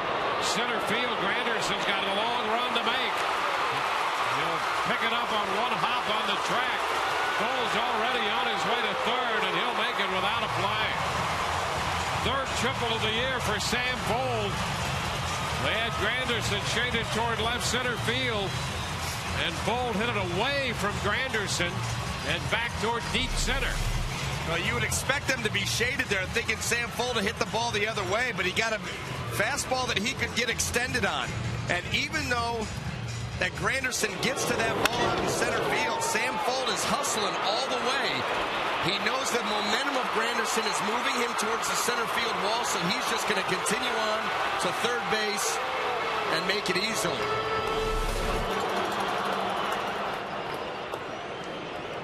So the Rays, for the first time in this game, have a man not only at 3rd base, but a man in scoring position. Reed Brignac.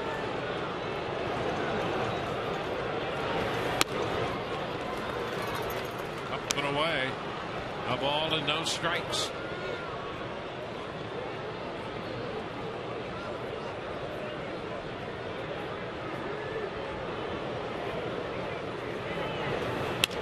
And a line drive base hit into right field. Bowl comes in to scores. Reed Brignac drives him home. And the Rays make it a 2-1 ball game. Reed's 10th run batted in. Soft liner into right field for the run batted in. Well, we talked about Reed Brignac wants the ball down and out over the plate where he can get extended. He gets a changeup here, much like the first at bat, a ball off the end of the bat. But this was a changeup. He took it right with him and hooks that ball out into right field, and the Rays plate their first run. Here's Johnny Damon. Damon 0 for 2. He has a history of success against Cologne, but the check swing results in the foul ball there. Strike one. 9 home runs on the year for Damon.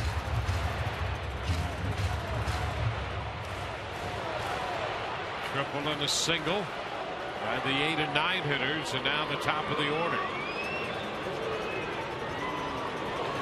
There goes Brignac, swing and a miss, and the throw, he's going to be out. Jeter puts the tag on him. Brignac caught stealing. Caught for the first time this year in 4 attempts. The Rays lose the base runner. Well, here you go. Off goes Brignac. The swing there by Johnny Damon, almost a hit and run, trying to put the ball in play. You know, Russell Martin did a nice job of handling a breaking ball that was down in the dirt and still come up throwing and get Brignac by plenty.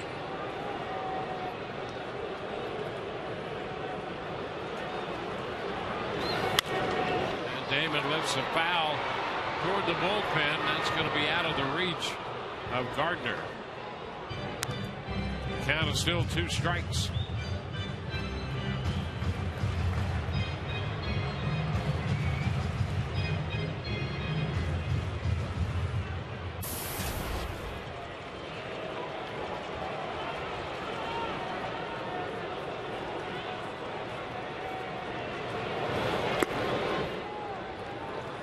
One and two.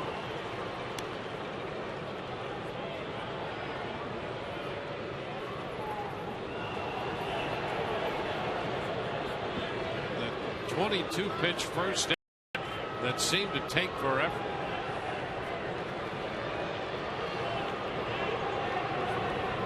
One and two to Damon.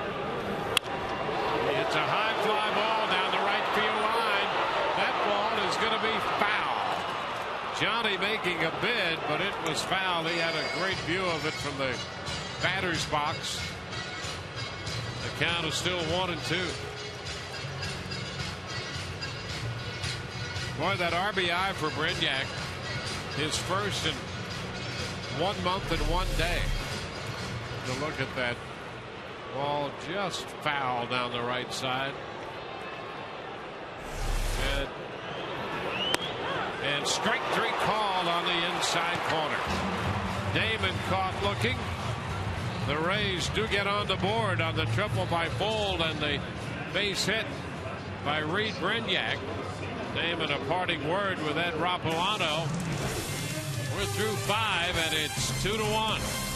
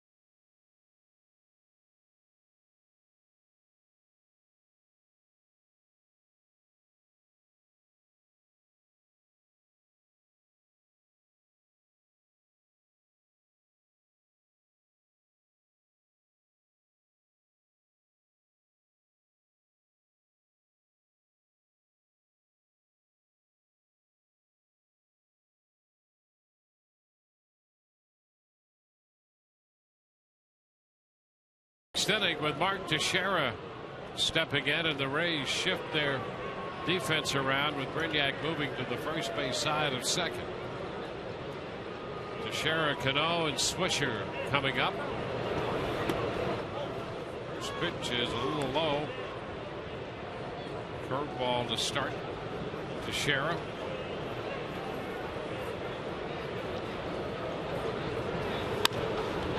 Lifts a high popper on the right side. Sean Rodriguez out there right where he was positioned. One away. Now let's take a look at tonight's AutoWay text poll question. How should the Rays approach the upcoming trade deadline? TB1, be a buyer. TB2, a seller. TB3, stand pat. Text your vote to 789-7899. Standard message and data rates do apply. Well, Robinson Cano, who is the difference in this game right now, steps in.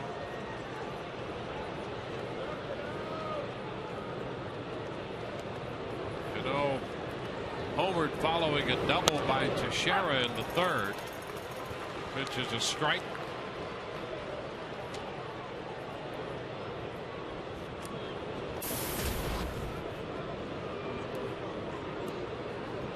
Four hits allowed by Hellickson. 2 runs.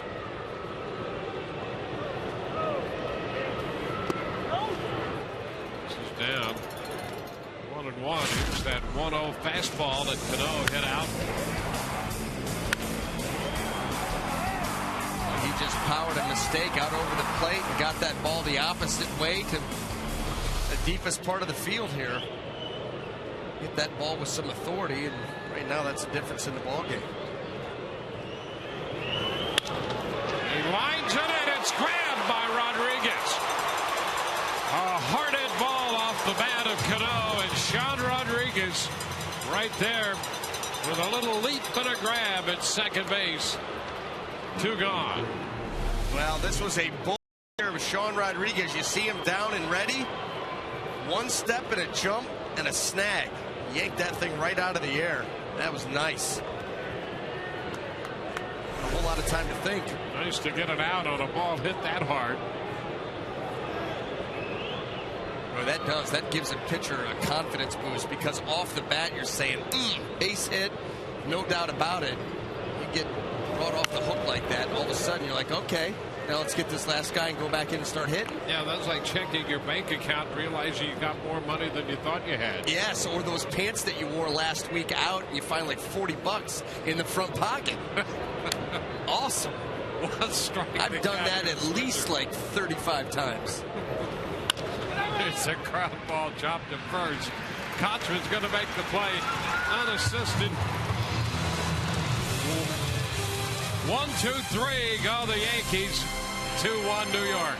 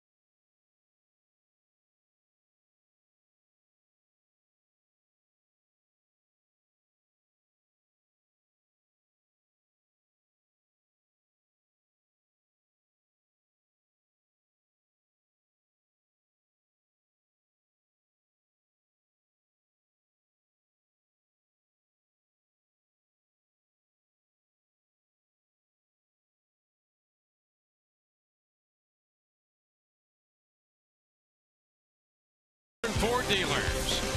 Coventry Healthcare in Florida, lighting the way to better health. And by Subway, eat fresh. Welcome back to Tropicana Field with Brian Anderson and Todd Callis. Dwayne Stats with you tonight. Game 2 of the 4-game series between the Rays and the Yankees. New York leading the Rays 2-1 so far. Leading off the bottom of the 6th is Ben Zobrist. First pitch is a strike. Well, I really love the way that Russell Martin goes out and gets those pitches that are close to breaking, sinking out of the strike zone. He reaches out a little bit further so as not to let that ball travel so far but take it out of the zone just like that. And he doesn't get the call right there, but he really does a nice job of going out there aggressively and freezing that ball. This guy's got, tell you what, a stiff wrist. You see him. There's a foul ball. Oh, off Zobrist's foot. The count is 1-2. Ben right back up on his feet to walk that one off, and that does not feel good at all.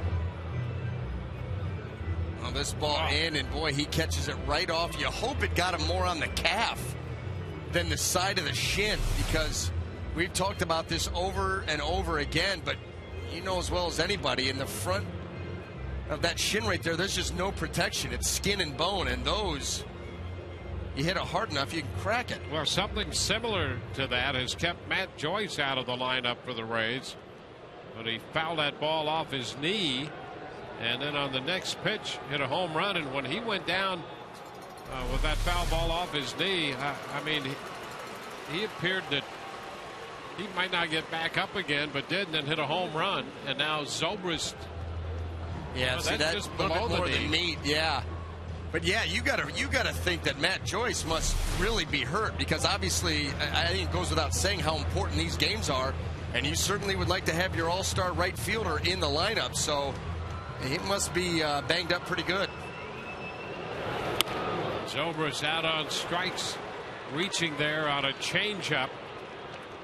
So that's the 8th strikeout of the night for Bartolo Colon. Well, Matt Joyce talked about that prior to the game tonight, about his potential availability. Today I came in hopeful, and I think I'll be eligible to play the outfield later in the game because it feels pretty good. So hopefully I don't have that chance. Hopefully we're up by enough to where I don't have to come in the game.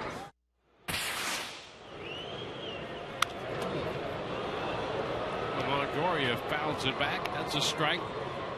Well, that was headed in all sorts of directions there. Yep.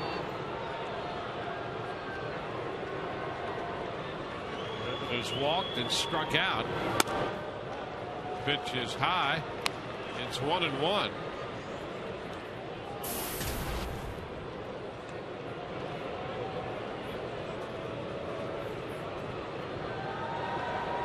Zobrist has struck out. Oh, Evan behind in the count. 1-2. Yeah, early in the game, it was the sinker below the hands of Evan Longoria. He eventually lost him at that at bat and walked him. Now it's been attacking him up in the zone with the four-seam. Struck him out on that pitch last AB. The chopper to short.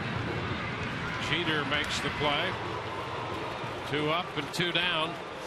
Strikeout and a ground out. Well, celebrate that special occasion by purchasing a game-used lineup card, a base. You can buy a baseball, any of these autograph items from your favorite Rays players. These one-of-a-kind items can be purchased at RaysBaseball.com/gameday or at the team store at Tropicana Field. Easy for me to say, Dwayne. They're all easy for you to say. Well, I'm very confused. Casey Kochman taking a strike. Just trying to. I was just throwing digest. I was just trying to digest the comments by Matt Joyce. Does that mean that he will be available tomorrow, or well, it's maybe later in the game tonight, or if the team is up? His feeling is that it wouldn't be necessary for him to play. I just trying to figure it out. Well, no, and you're talking about, eligible to play defense maybe later in the game in right field. That means you'd be in there for Ben Zobrist, who, I guess you'd have to move him into the infield. A situation like that where maybe if you made a switch with Reed Brignac or Sean Rodriguez. But boy, oh boy, if it feels good, I would like to have him in the lineup. He is an all-star. These are big games. Yep. 1-2. Kochman hits it foul down the left field line and just foul. So the count is 1-2. Well, the Rays would welcome that bat in their lineup as soon as possible. Lost a one-run game last night. Rays now 13-12 in one-run games, and starting play tonight, third in the division, 8 games back. And a ground ball down to third, backhanded by Nunez. Throw to first in the dirt, but it's scooped out by Teixeira. And the Rays are up and down 1-2-3. We're going to head into the 7th inning with the Rays down by 1, 2-1.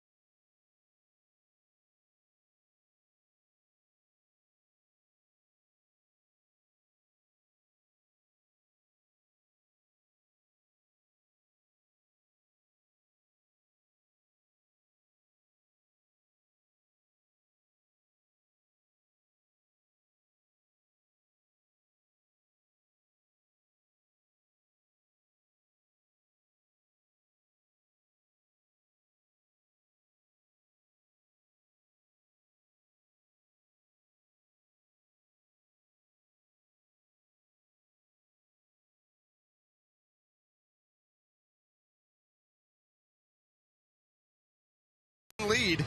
For all the latest news, in-depth investigative reporting, and sports coverage, sign up for the St. Petersburg Times. And if you want home delivery, call 877 The Times.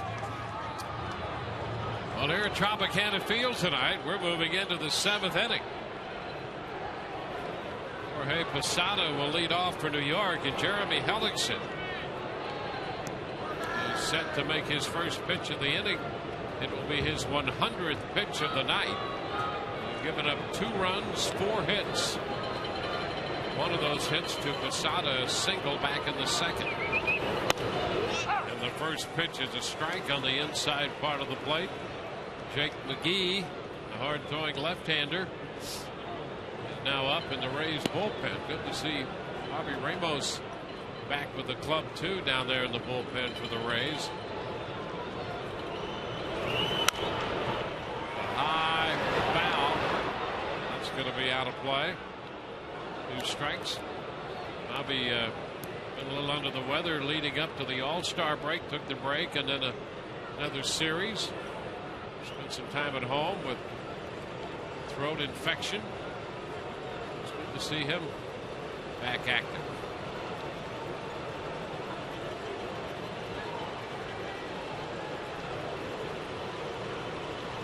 Oh, 2 to Posada. Martin next, and then Gardner.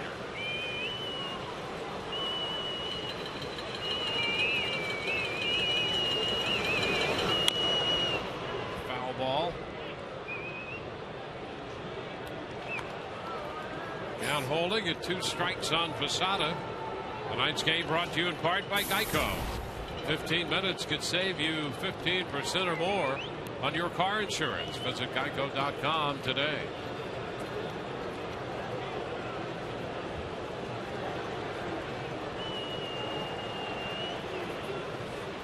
The 0-2. Fly ball to right field. And Zobrist is there. One away. He had him out in front on the changeup. And got the fly ball.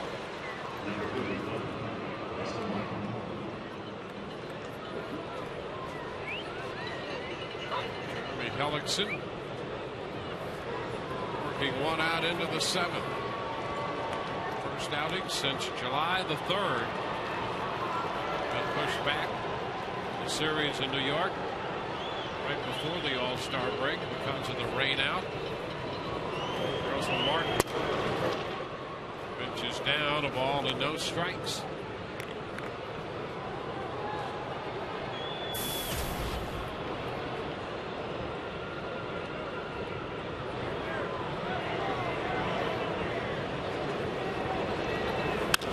Martin sends a fly ball into right. Zobrist back, not yet to the track, and he's got it. So 2 up, 2 down in the 7th inning. That's 12 in a row retired since giving up that home run to Robinson Cano back in the 3rd.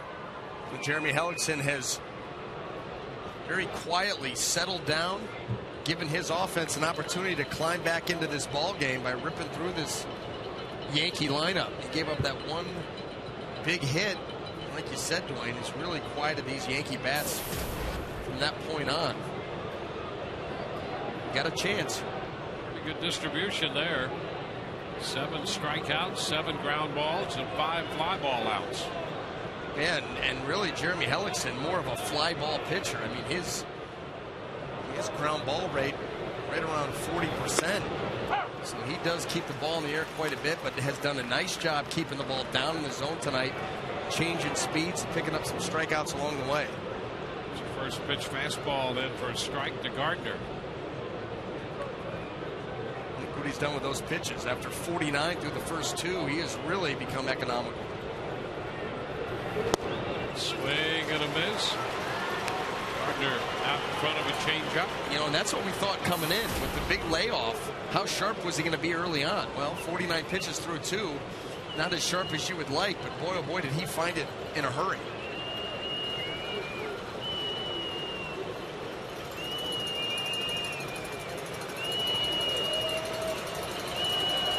Two outs, base is empty.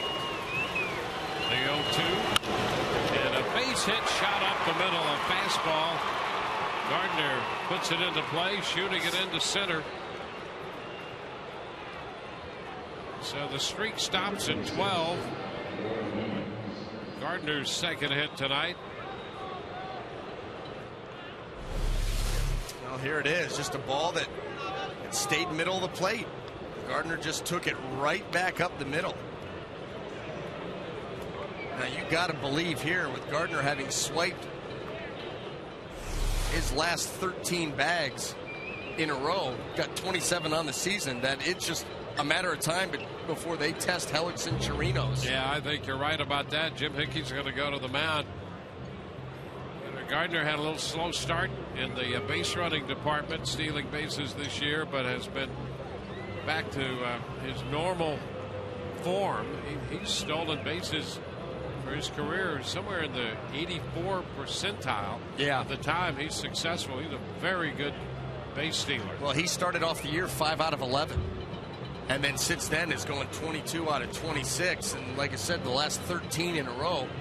You figure here the Yankees want to get that run back. Chirinos has shown a little bit of a slow release down to second base. We saw it last night. We saw it when Granderson was able to swipe second base. Hellickson helps him out a little bit because he is so quick to the plate. So we'll have to see this chess match unfold. Nunez, Eduardo Nunez, 108 pitches tonight for Hellickson. And a move to first to just let Gardner know that he's very well aware of him. 120 pitches, the career high for Hellickson. pitch count. That came in his shutout against Baltimore back on the 13th of May. Another toss to first.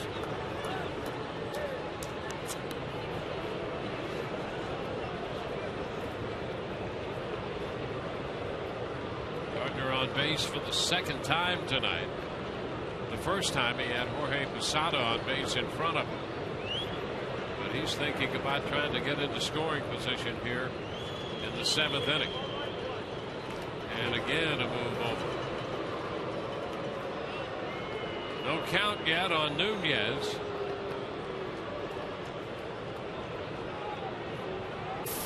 Nunez twice has struck out. Hellickson's been able to keep him out in front of the changeup.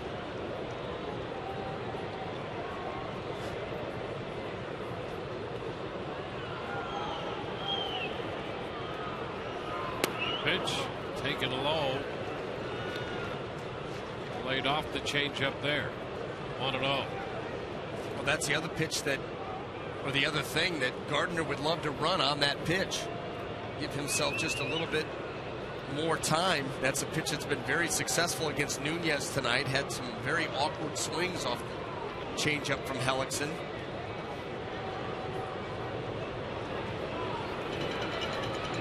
Hellickson holding the ball out there.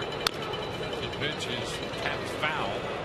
1-1. Well, you can see exactly how they're going to attack Gardner over there. You throw over 3 times, make a pitch, hold. The longer you hold a ball out there as a right-handed pitcher, you got a base steal over there. You hold that ball, they start to get antsy.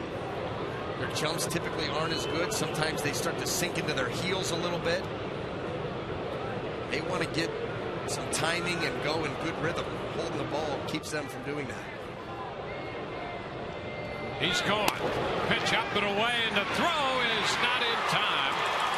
Well, Chirinos went to the outside, really sort of a semi-pitch out there. They anticipated that Gardner may go. And he steals second base. Look at the jump. I mean, talk about a guy that's leaning. See, that's where Jeremy Hellickson doesn't necessarily have to throw the ball over there to first base, but he should at least step off. When you see him start to lean, he's telling you, I'm going. And he got a great jump. Actually tipped it a little bit early, but the Rays did nothing about it. And he did swipe the bag. Oh, man, it's second with 2 outs, 2-1 to count. It's popped up. Chirinos hustling after it, but he'll run out of room. Ball back into the stands. And it squares the count at 2-2. You know, in that situation, you hate to belabor the point, but when you know a base stealer wants to steal a bag and you're looking over there at first base and you see any kind of awkward movement from him, you know, that start to lean with that right shoulder, you just step off. You just step off. You don't even need to make a throw. But when you see that, you've got to step off. Well, they had worked so hard prior to that to try to stymie him over there. But he stole that base. Now he's in scoring position. 2-2.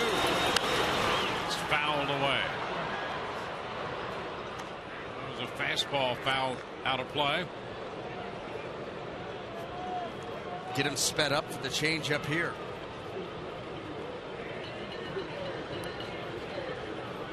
Top of the 7th inning. 2-1 ball game. Hellickson and the Rays trying to keep it that way.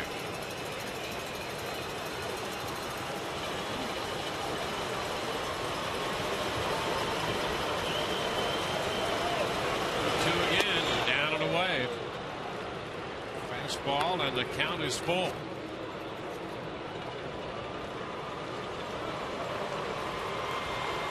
Jeter is on deck. 2 outs.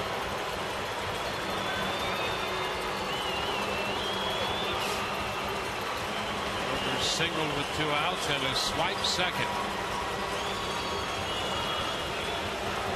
Here's the 3-2. And he lays off the changeup this time for the walk. First walk given up by Hellickson tonight.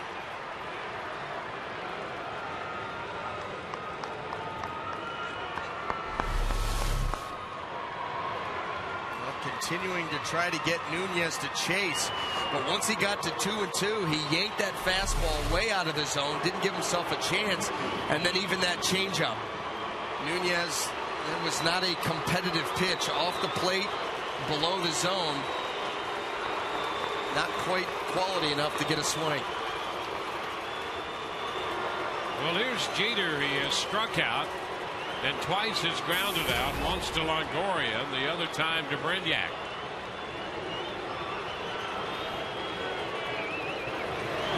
And he takes a cut and misses. And him out in front of the changeup. Well, he's got such a good one. It's the more the Bugs Bunny style. It doesn't have that kind of finish and sink that you see with Shields, even with Alex Cobb. That ball stays pretty true. It's just the arm speed with the change in velocity.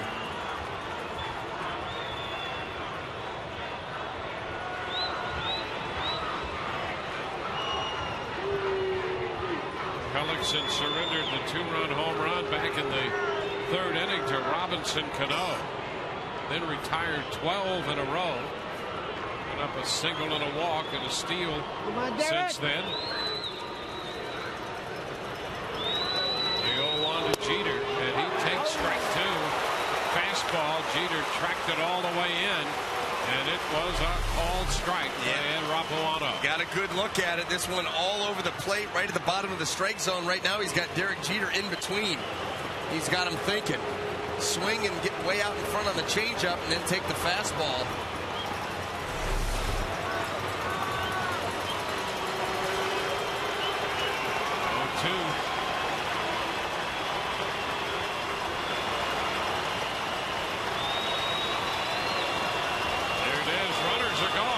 Is down, and they steal 2nd and 3rd on a breaking ball. So 0-2, the Yankees send both men as Gardner moves to 3rd and Nunez up to 2nd. They're both in scoring position. Now that's as many stolen bases as Jeremy Hellickson has given up all year. Given up 4 stolen bases coming into this start. That's 4 tonight.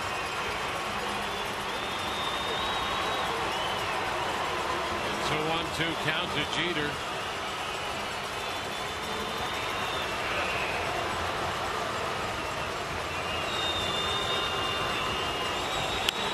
And a little one-hopper to first. Kochman makes the play unassisted. Fastball came in on him. And Jeter is out number 3. 7th inning stretch, 2-1 New York.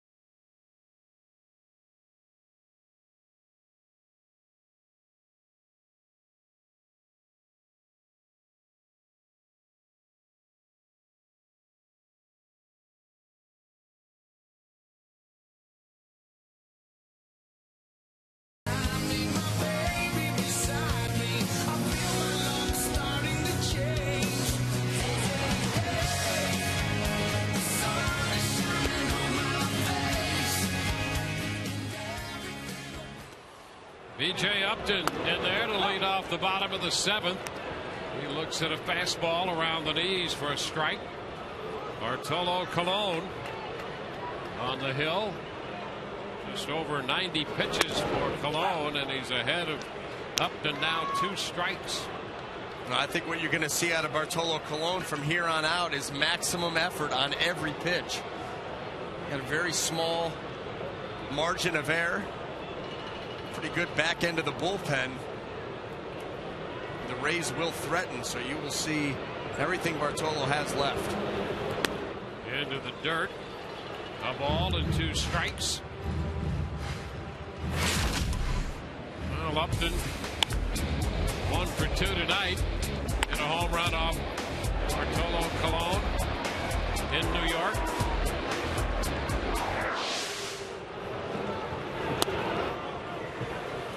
The count is 2-2.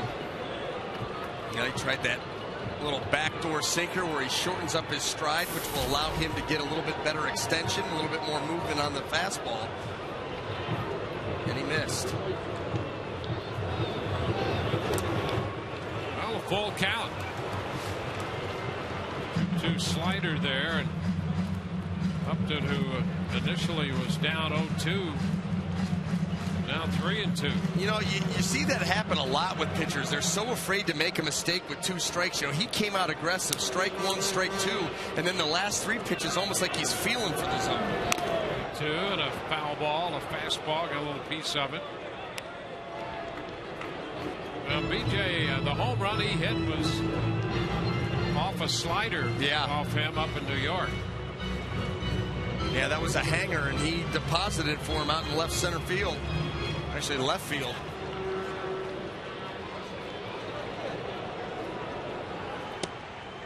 Corey Wade, the right-hander. Logan, the left-hander. Another foul ball, little piece of it. So the Yankees have bullpen action.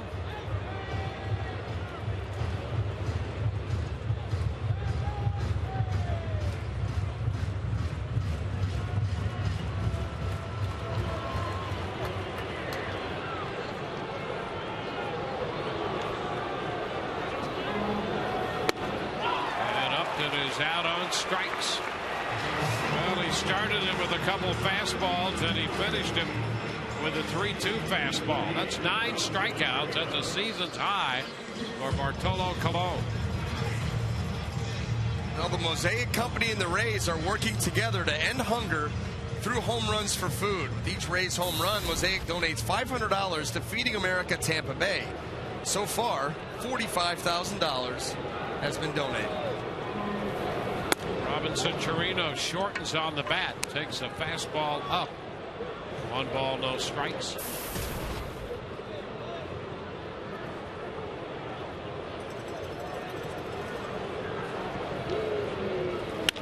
There's a one-hopper, deep short. Jeter makes the throw, safe at first. Jeter got to that ball. Chirino's jammed on it. Didn't hit it hard, but hit it in a good spot, forcing Jeter to go into the outfield for it and then get airborne on the throw, and he couldn't get enough on it to get Chirinos, who has his first hit of the night. That right off the label. We've seen Derek Jeter do this many times. This throw, just a little bit too much air on it. Makes the nice jump, but not able to get that good down plane with the throw, and Chirinos beats it out.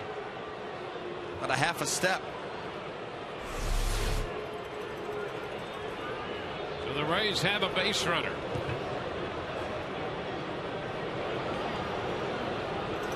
One out. John Rodriguez in the batter's box. Swings through it twice tonight. Sean has struck out. He actually was caught looking at a slider in the 2nd inning and then struck out on the 4-seam fastball up, swinging through it in the 5th. He saw a couple of those. Yeah, and so then Bartolo comes right here with the sinker down and in to start him off with. And a foul right back. 0-2. I mean, if you're Sean Rodriguez, you've seen it all. He struck you out on a slider away, a pitch that you pitchers attack Sean with. Then all of a sudden he gets him to chase a couple of fastballs up in the zone away from him. The 4-seamer, where he had been going exclusively with with the sinker before that. And then all of a sudden here he comes back with 2 more sinkers in on the hands and underneath the batter, Rodriguez. Good luck. The pitch outside. Fastball out there as Martin shifted a little bit off the plate. I'll tell you what he's got him set up for right now is that backdoor sinker. You get strike 1, strike 2, the 4-seam fastball away. Hitter gives up on it, it's a ball, and you come right back with that sinker in the same spot. He gives up on that one, and you catch him looking. 1-2 the count.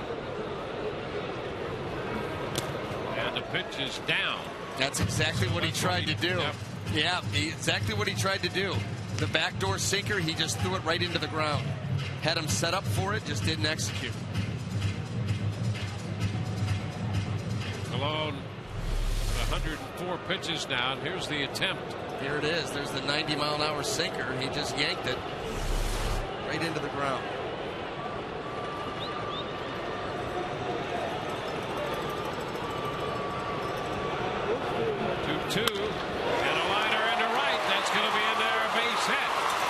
Fastball away, and Rodriguez went that way with it. The Rays have been at first and second. Well, that's something you'd like to see from Sean Rodriguez a lot more than he does, is if they're going to pitch you away, continue to pound that outer third, then take the ball to right field. That was a nice piece of hitting here with 2 strikes. Take the ball away, shoot it away. That's how you get it done. So the Rays put together a little thread here in the 7th inning. Sam Fold is due. Pitching change coming for New York.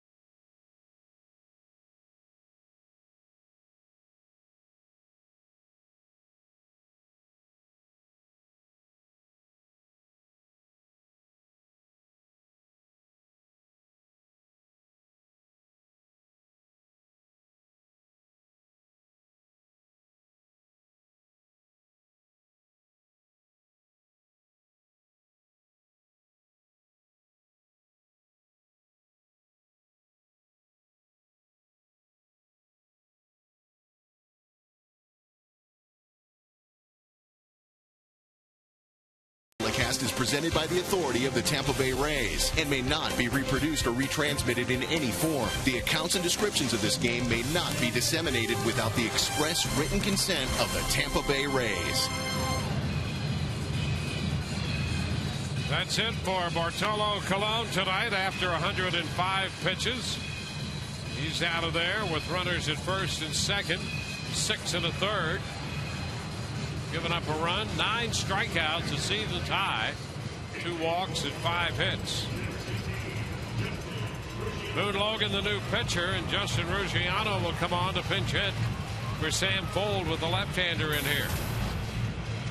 Now Boone Logan on for the 36th time, a 2-2 record. He's worked 23 1/3 innings.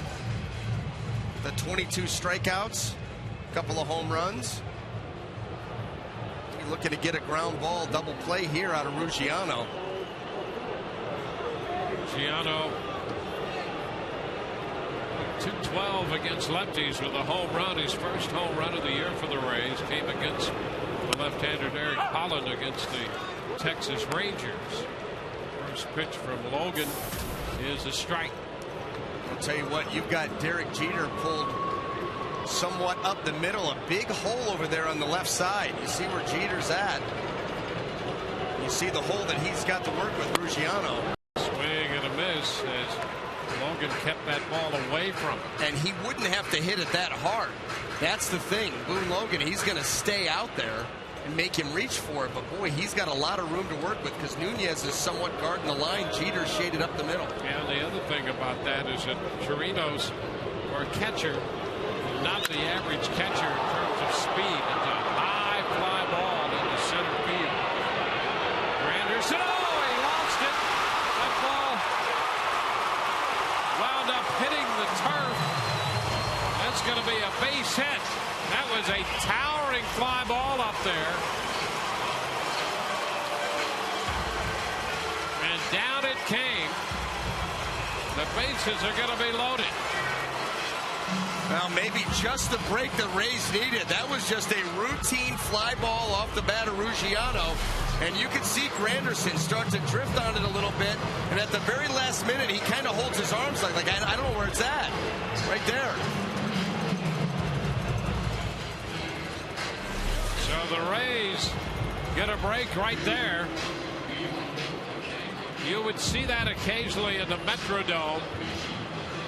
The ball would, if you took your eye off or if you lost it for a moment, it was hard to find again. And Granderson had that one disappear on him. Well, I can remember shagging out there in the Metrodome, and you're right. You would go to run where the ball was, and if you took your eyes off of it, it was extremely difficult to pick up. And the same thing here. You got the rubbed up baseball, the darker roof. Elliott Johnson pinch hits and fouls the fastball back. Strike one. So Johnson hits for Brignac. And he's going to take the same approach. Keep the ball away from Elliott Johnson and hope to get that double play to the middle infielders. Elliott Johnson is going to try to want to see something up in the zone that he can elevate and get to the outfield. And at the very least, tie this ball game up. The 0-1. Swing and a miss. That breaking down and into it. That was dirty. Been going away with the fastball, and all of a sudden the slider here, where you see he comes kind of from low three quarters and really sweeps that pitch down and in and gets the swing and a miss.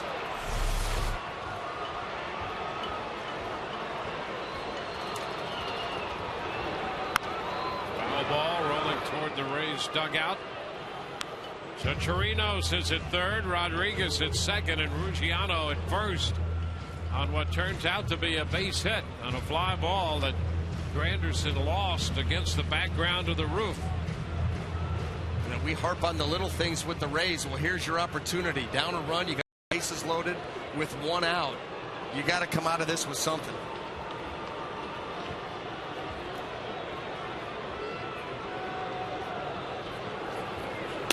That's away. Fastball outside, and boy, Logan put a little something extra behind that pitch. Mid-90s. He's going for the strikeout. You better believe it. He's trying to sneak one by him right here. This ball clearly off the plate, but it's everything you got now. You're in quite the spot. Now a little chopper back off Logan's glove. Everybody's going to be safe, and this game is tied.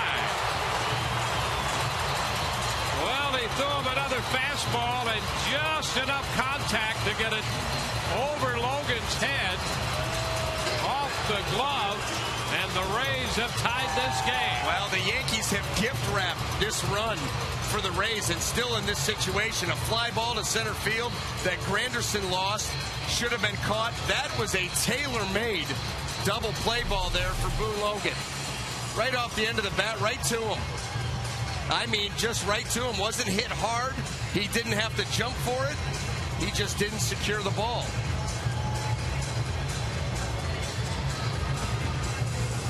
So Larry Rothschild out to spend some time on the mound.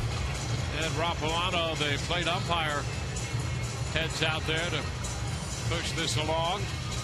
The bases are still loaded, and the Rays have tied the game. Top of the order, Johnny Damon due up here.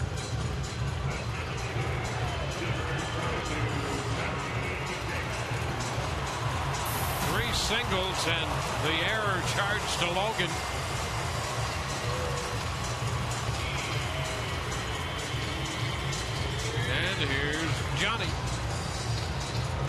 Johnny Damon 0 for 3 tonight.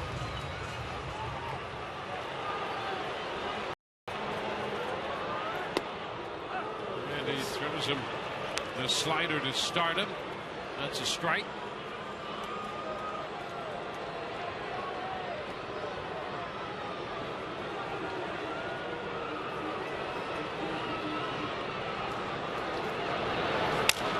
Damon lifts a little popper into shallow center. Granderson coming in. Gets there to make the catch. Sliding catch. Rodriguez tries to score and will. Throw goes to the backstop. Backed up by Boone Logan. And the Rays get the go-ahead run. Ruggiano winds up at third. Johnson up to second base. That's going to be a sacrifice fly. A run batted in on a sacrifice fly. As Rodriguez gives the Rays the go-ahead run to make it 3-2. Only Johnny Damon gets a sacrifice fly on this. So many little bloop hits where he's done just enough to keep the ball in play to get hits. He gets a sac fly on a ball that barely gets out of the infield because Granderson leaves his feet and Sean Rodriguez wisely is ready to tag. That outfielder goes to his feet. He's got no time to be able to jump up and make that play, and Johnny Damon. So Damon drives in his 42nd run, the go-ahead run. An error charged to Granderson on the bad throw, allowing the runners to advance. So it's a sacrifice fly, allowing the run to score, and an error, allowing the runners to advance to second and third. And now Matt Joyce is hitting for Zobrist, and you wonder if Zobrist, when he fouled that ball off his foot in the 6th inning, isn't feeling the repercussion from that. And so Joyce now will pinch hit.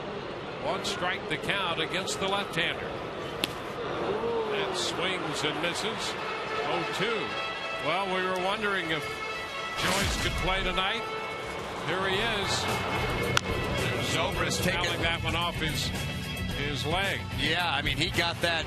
That's up from the ankle. You see the immediate reaction. Trying to get that wrap compressed, keep the swelling down.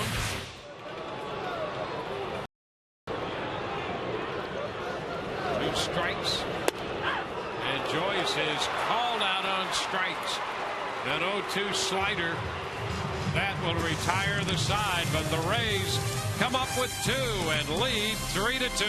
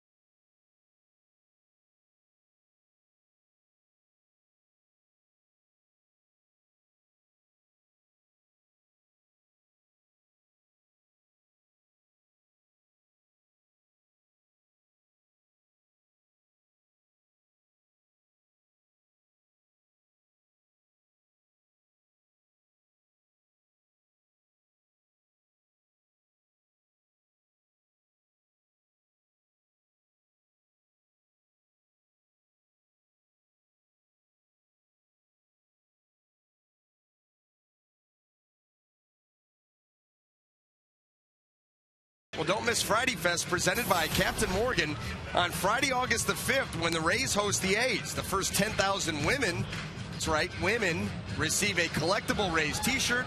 presented by the St. Petersburg Times, and then let the Go-Go's take you on a vacation after the game as they perform all of their major hits. Well, Jake McGee will be the new Rays pitcher. Number of changes here for the Rays as McGee comes on for the 15th time.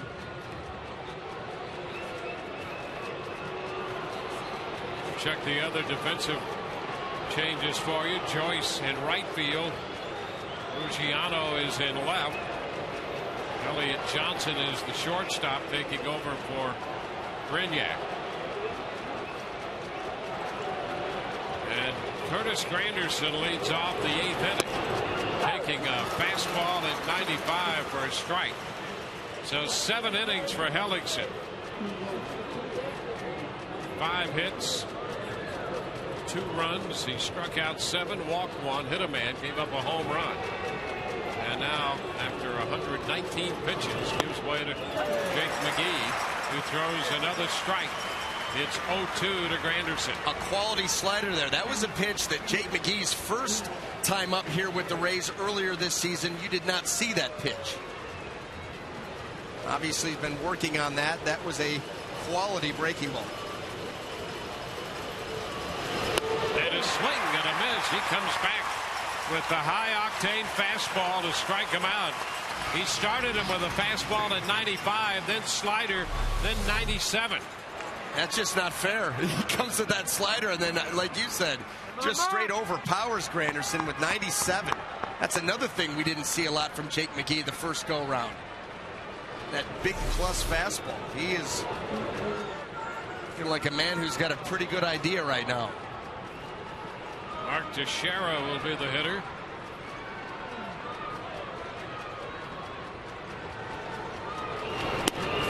Pitch is away. 1 ball, no strikes.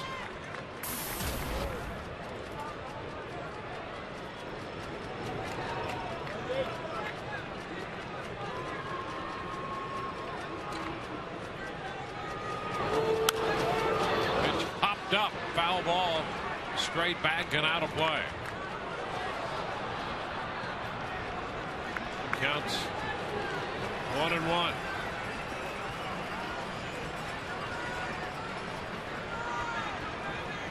Joel Peralta up in the bullpen.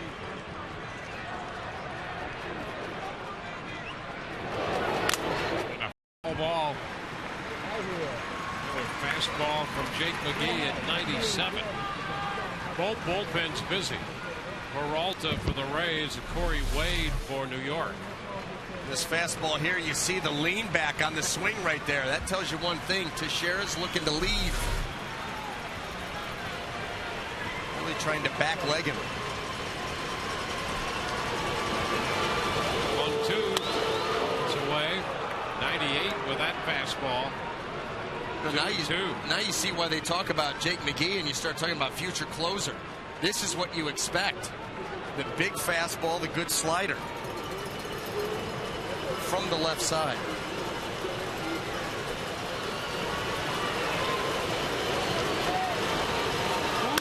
Ground ball that deflects off McGee and into left center field.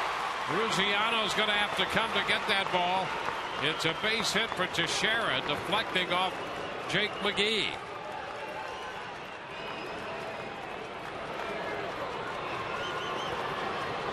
The Yankees have a base runner here in the 8th. That was a fastball, just a ground ball up the middle that glances off the leg. I think it was off the leg. I don't know if it got the glove or not. Couldn't really tell from that angle, but it hit something.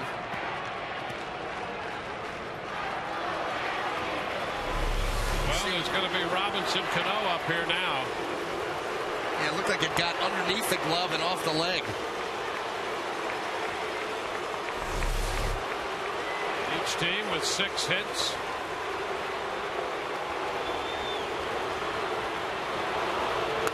Cano, that's a fastball at 96, pretty close. 1 ball, no strikes.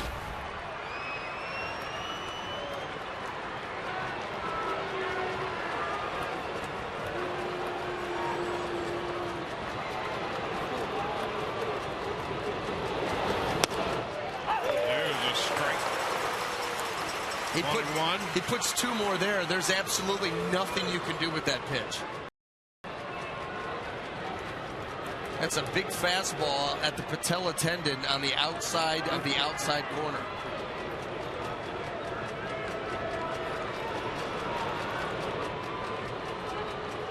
A 1-1. Down and away. Slider, and it's 2-1. The Orioles have beaten Boston 6-2. They scored 3 in the 8th off of Seves. Guthrie gets the win, and it's 6-2 final. Baltimore over Boston at Camden Yards.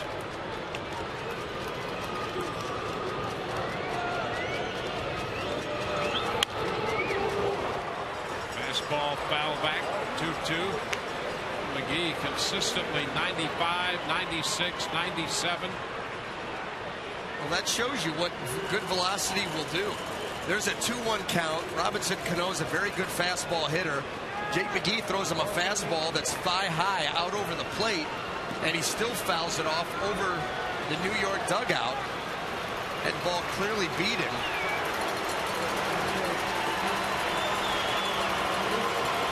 2-2. And a ground ball down to third. Longoria to second, 1. Rodriguez to first, 2. 5-4-3 on the double play. Cano grounds into 2 to end the Yankee 8th. No runs, a hit. Double play and nobody left. Bottom of the 8th coming. 3-2 Tampa Bay.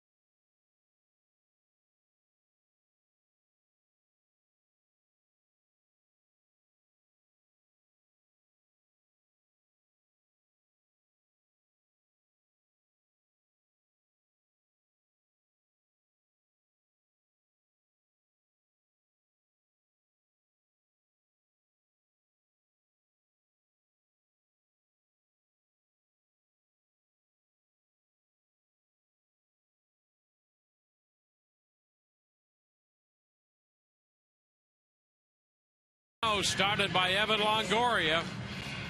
Perfect feed to second, and Sean Rodriguez turns it with the throw to Kochman. The Rays get out of the 8th. Well, Jake McGee looked as good as we have seen him when he came into that game in the 8th. Well, would you say that that would be a high leverage situation? That's a high leverage situation. It is, and he looked very good, very confident.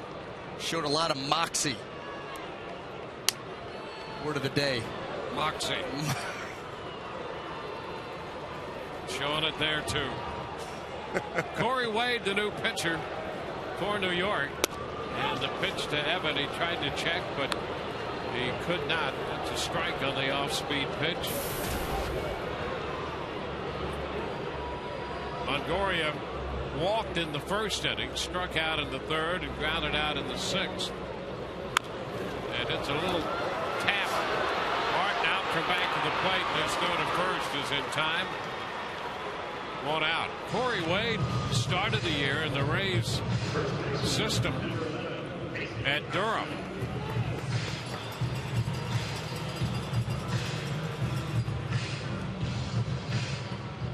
The Yankees have had some devastating injuries to their bullpen, and that opened an opportunity for Wade, and he has made the most of the opportunity.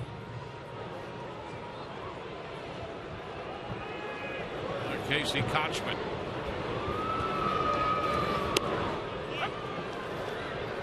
Pitch is a strike.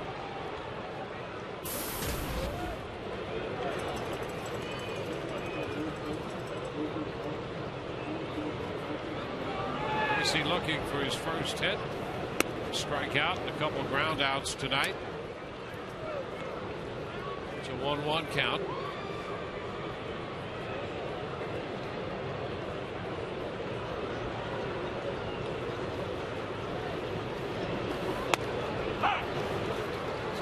At the knees.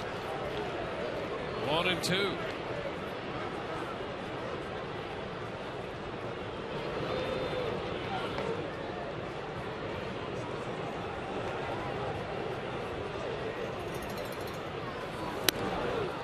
And strike three. Kochman chasing that changeup. Well, getting on the action with exclusive on-field seating in the Papa John's bullpen box. Available dates are going very fast. So act now to make your private group reservation behind the Rays bullpen by calling 888-FAN-RAYS or by going online at raysbaseball.com.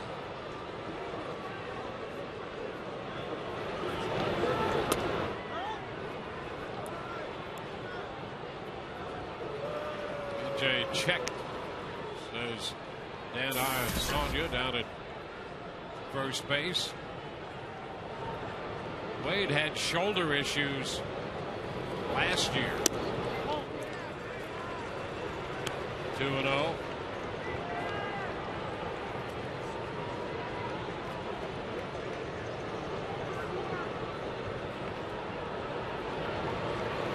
With the Dodgers in 2008 and 9. DJ laying off, and the count is 3-0.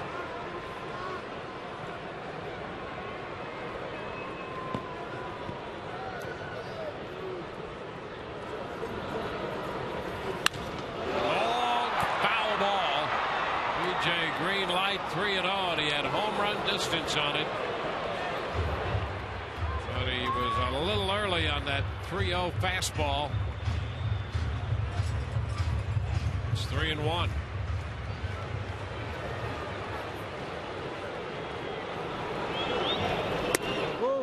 And DJ missed that one. He went back to the changeup.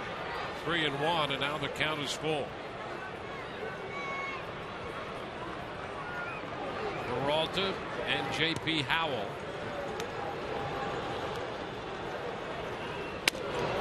And that's ball 4 outside. 2-out walk drawn by Upton. What do we have here? Well, hey, Dwayne, you can get exclusive deals and coupons delivered right to your phone with the free TampaBay.com/things-to-do iPhone app powered by the St. Petersburg Times. It's available now at the iTunes App Store. And I'm going to tell you something right now. If you would upgrade from that flip phone that you use, it looked like Get Smart, then you could get that app, and that would be cool. Yeah, but I'd have to buy a different pair of shoes. That explains a lot. Upton is back in. Upton has drawn the walk.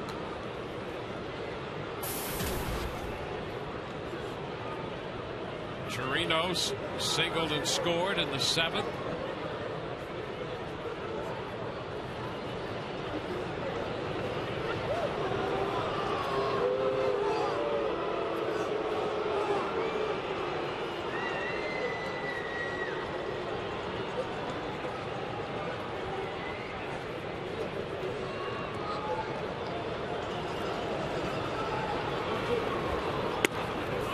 Pitch is a strike on the outside corner.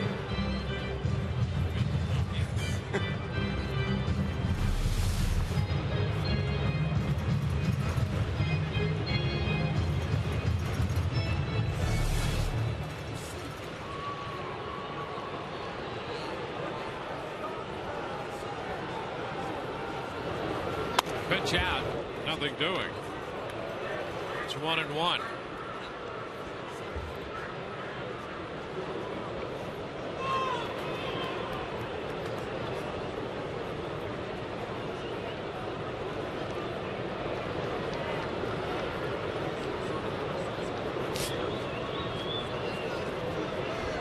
Upton with a lead and a toss over there. Back in. Tell you, BJ right there might have been thinking about trying to go. Why not? 2 outs, you're up by a run. Try to tack one on. Make something happen.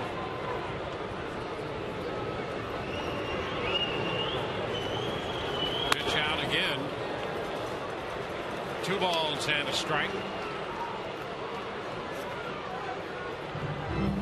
Joe Girardi, the former catcher.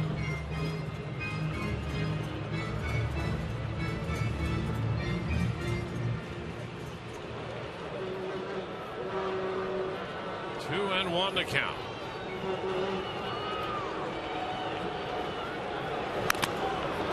Foul ball at the feet of the catcher Martin. Rays scored 2 runs in the 7th inning. The ball hit by Elliott Johnson off the glove of Boone Logan. Big part of that one. Luciano. Fly ball to center. Granderson lost it, setting up that situation.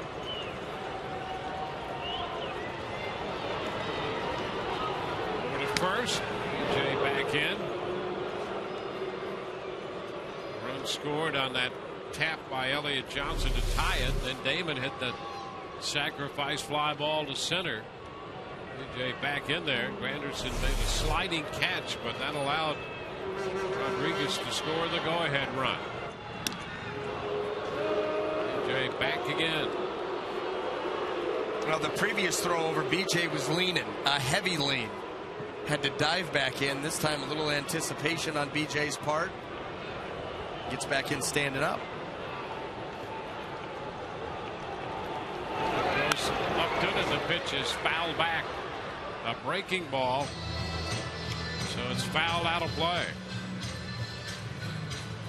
You know, another big at bat in that 7th inning for the Rays was the ability of Sean Rodriguez to hang in there against Colon and shoot that ball into right field when Colon tried to get him on the pitch away.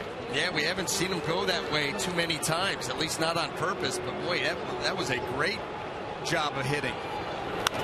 Another foul ball back. So the fastball fouled by Chirinos. No, that's something too, that if Sean Rodriguez can continue to do that, he's going to take away that outside corner from pitchers. They're not just going to hammer him out there with the fastballs and the breaking balls. He starts shooting some balls to right field. Now they've got to respect that and come back into him. A foul ball again, a fastball around 90. Corey Wade there with a little arm angle change. He drops down a little bit here.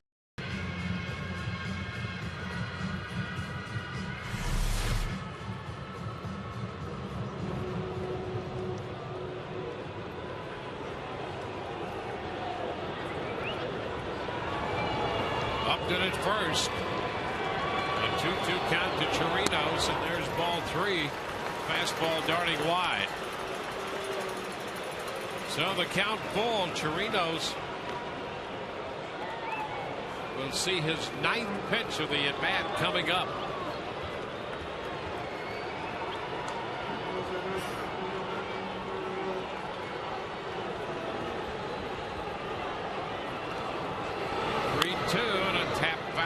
See another one. With 2 outs and the full count, BJ was breaking, and he'll be doing that one again. Don't forget, Rays Live, the post game, immediately following our coverage. Todd Callis preparing for the post game as we cover this one here in the bottom of the 8th. 3-2, and that is ball 4 inside. A pair of bases on balls. Upton goes to second, and Chirinos draws the walk. So 10 pitches. Chirinos draws the walk. Sean Rodriguez steps in. Singled and scored in the 2-run 7. Batting again in the 8th. And he takes the pitch high. 1-0.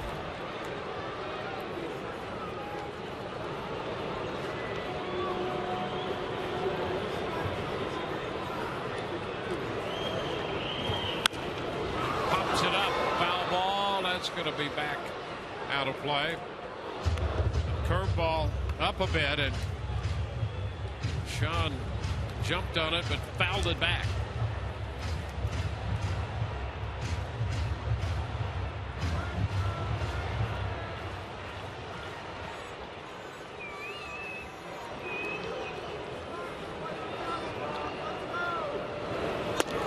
Swing and a miss.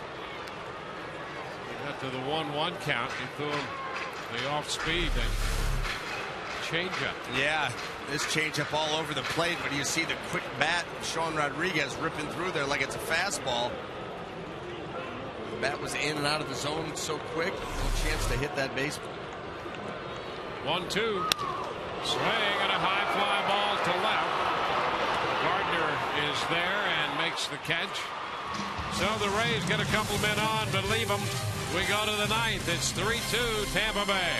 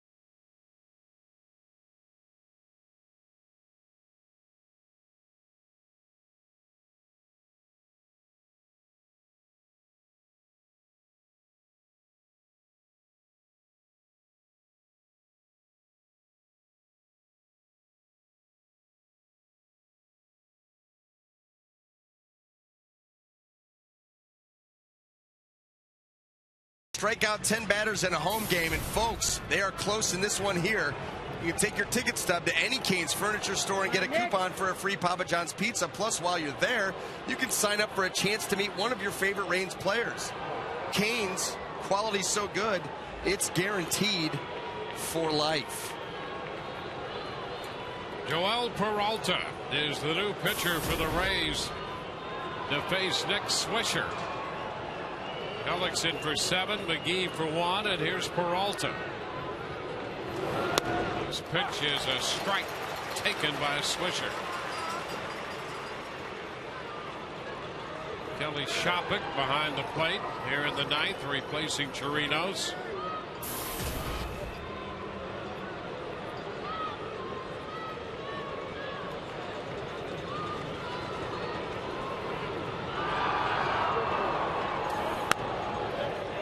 Pitch high, 1-1.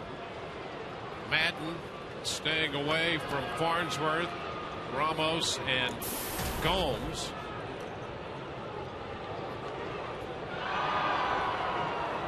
So Peralta's in here, charged with closing this one out.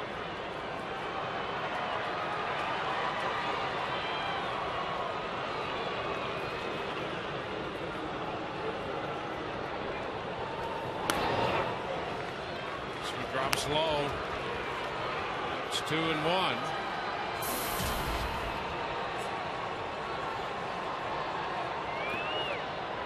Swisher, 226 left-handed, 326 right-handed. Peralta in here now, and J.P. Howell continues to stay ready up the right field line. Swing and a miss. A big cut by Swisher. He was trying to tie it on that fastball and missed it. It's 2-2. Well, fastball, big swing. Power on power, pitcher wins.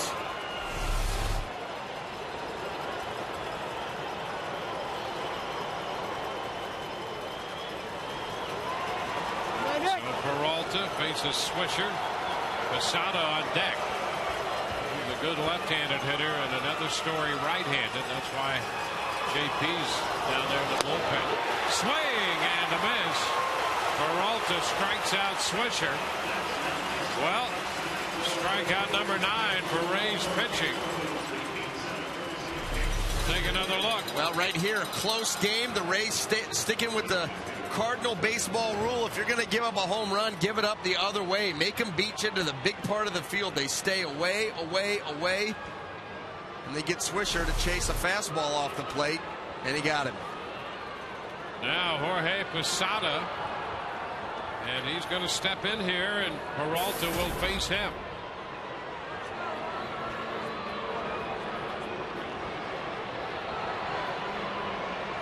So Posada 1 for 3 tonight. And the pitch is a strike. And JP stays standing on the mound out there. Of course, this is all that mix and match now because JP has been very good against Posada, but the chance that he wouldn't hit. That's right. You'd bring in Andrew Jones, probably off the bench, a power source, right-handed hitter.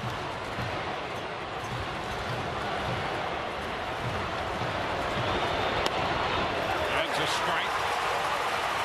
0-2. So you look at the way that this sets up. You potentially have J.P. Howe for Brett Gardner if it gets that far. Good quality fastball there by Peralta, right on the outside corner at the knees. Yeah, he's made some great pitches in terms of location. Yes, he has. And he continues to stay away.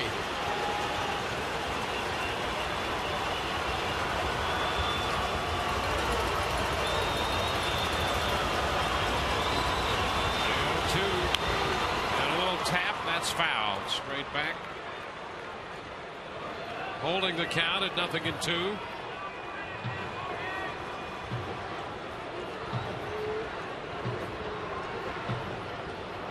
Ellickson worked 7 innings.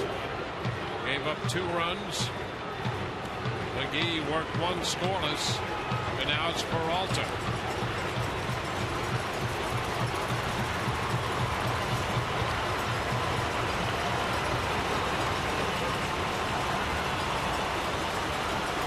A 2-strike count.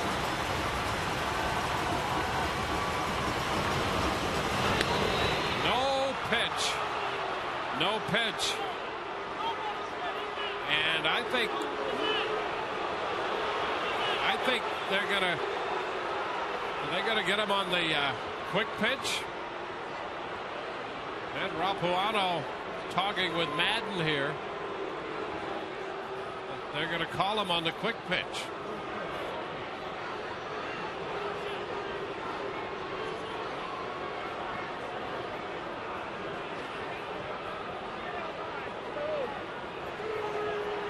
We've seen Joel Peralta do this many times, and this has never been called. He comes set and goes quick.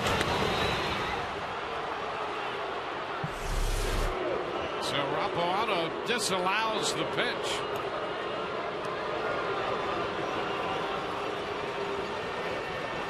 How about that?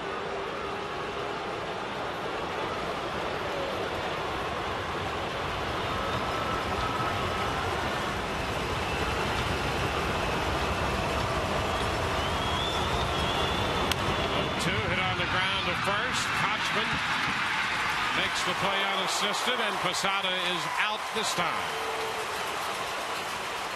2 gone.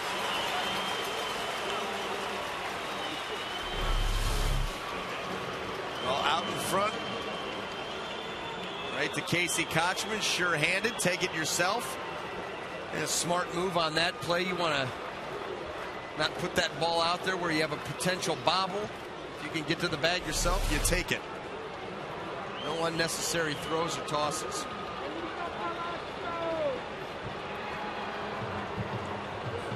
That will be Russell Martin.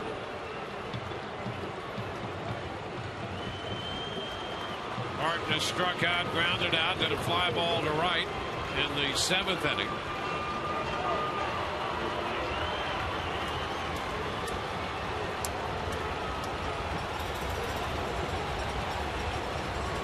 Come on, run.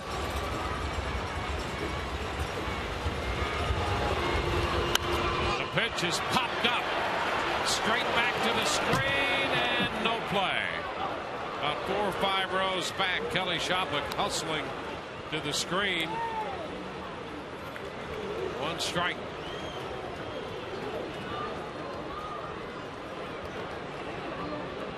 Peralta has 2 saves in the major leagues. His last save came on July 29th of 2007 for Kansas City, and that was a 3-inning save and a 10-0 win over Texas. Keep us alive. Protecting a 1-run lead with 2 outs in the 9th inning against New York tonight. The 0-1. A little bit wide. 1 ball, 1 strike.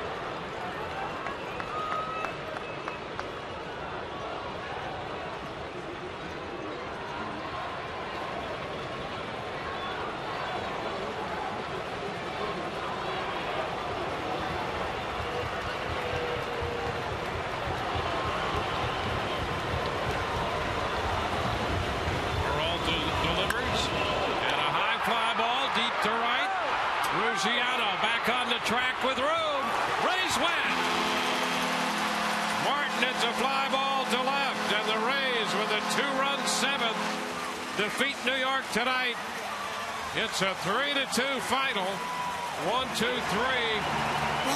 Go the Yankees in the 9th inning. Hellickson will get the win. He is 9-7. Peralta picks up his first save. Galone, the losing pitcher, his record is 6-6. So the Rays pull even in this series. They also pick up a game on Boston. Take a look at the AL East standings. New York remains a game and a half behind Boston. The Orioles beat the Red Sox 6-2. And the Rays trim a game off the deficit. They are running third, 7 games back in the tough American League East. And a very big win for the Rays tonight. And a great job by the pitching staff again.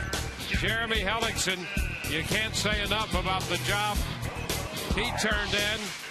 Jake McGee, very impressive in the 8th. And Joel Peralta closes it out. He got the fly ball from Russell Martin to end it. And Joel Peralta picks up his 3rd career save. His first save this year in a Rays uniform. So the Rays dropped a 1-run ball game last night, 5-4. They win a 1-run ball game tonight. It's a 3-2 final. Let's go to the field right now in Todd Callis. Thank you, Dwayne. Joel, 2007, last time on a major league field you had a save. How was it out there tonight, the 9th? Oh, it feels great. I mean, after we come back like that, you know, and I got a chance to go over there with fans were down today, you know, it feels great to help the team win the game. Did you know tonight with Kyle down that you might get the ball for the final out? No, I didn't. They told me to be ready, you know, for any situation. I mean, maybe 1 batter because I've been pitching a lot. So, but I was ready down there. They told me probably give me in the 8th to face 1 batter, and then all of a sudden they told me they got the 9th, so I was ready for that. You pitched a lot, you mentioned this year. How are you feeling physically? A little bit tired. My head is a little bit down, but thanks God, you know, I'm not hurt or anything like that. So it feels good. When you got that first out, you were down in the count 2-1 to Swisher, and then you threw 2 good fastballs by him. That really seemed to get you rolling. Yeah, that made me feel more, you know, give me more confidence, and after that, you know, use more my fastball with every hitter. And then finally got the next 2 outs. Then you get Jorge Posada, you're ahead 0-2. I've seen you quick pitch batters. I've never seen you quick pitch an umpire before. Was he not ready? I don't know. And the pitch was straight to the first time. I mean, it didn't on the pitch, but I mean, I got him too. So I don't know what the hell he was saying. So. I mean, things got there. I got through it. Final thing, you get Russell Martin. When he first hit it, did you think it was staying in the park? Yeah, I know he missed it a little bit, so I missed the spot too, you know. It was a little bit up. I didn't want it there. But when he hit it, I know it was in the park, so I was confident that we got the third out. Congratulations on the save. Thanks, Joel. Anytime. Thank you. Joel Peralta, guys, back to you. Yeah, it was fun at the old ballpark tonight for the Rays. Rays scored 2 in the 7th to take a 3-2 lead, and they win it. Peralta closes it out. Back in a moment.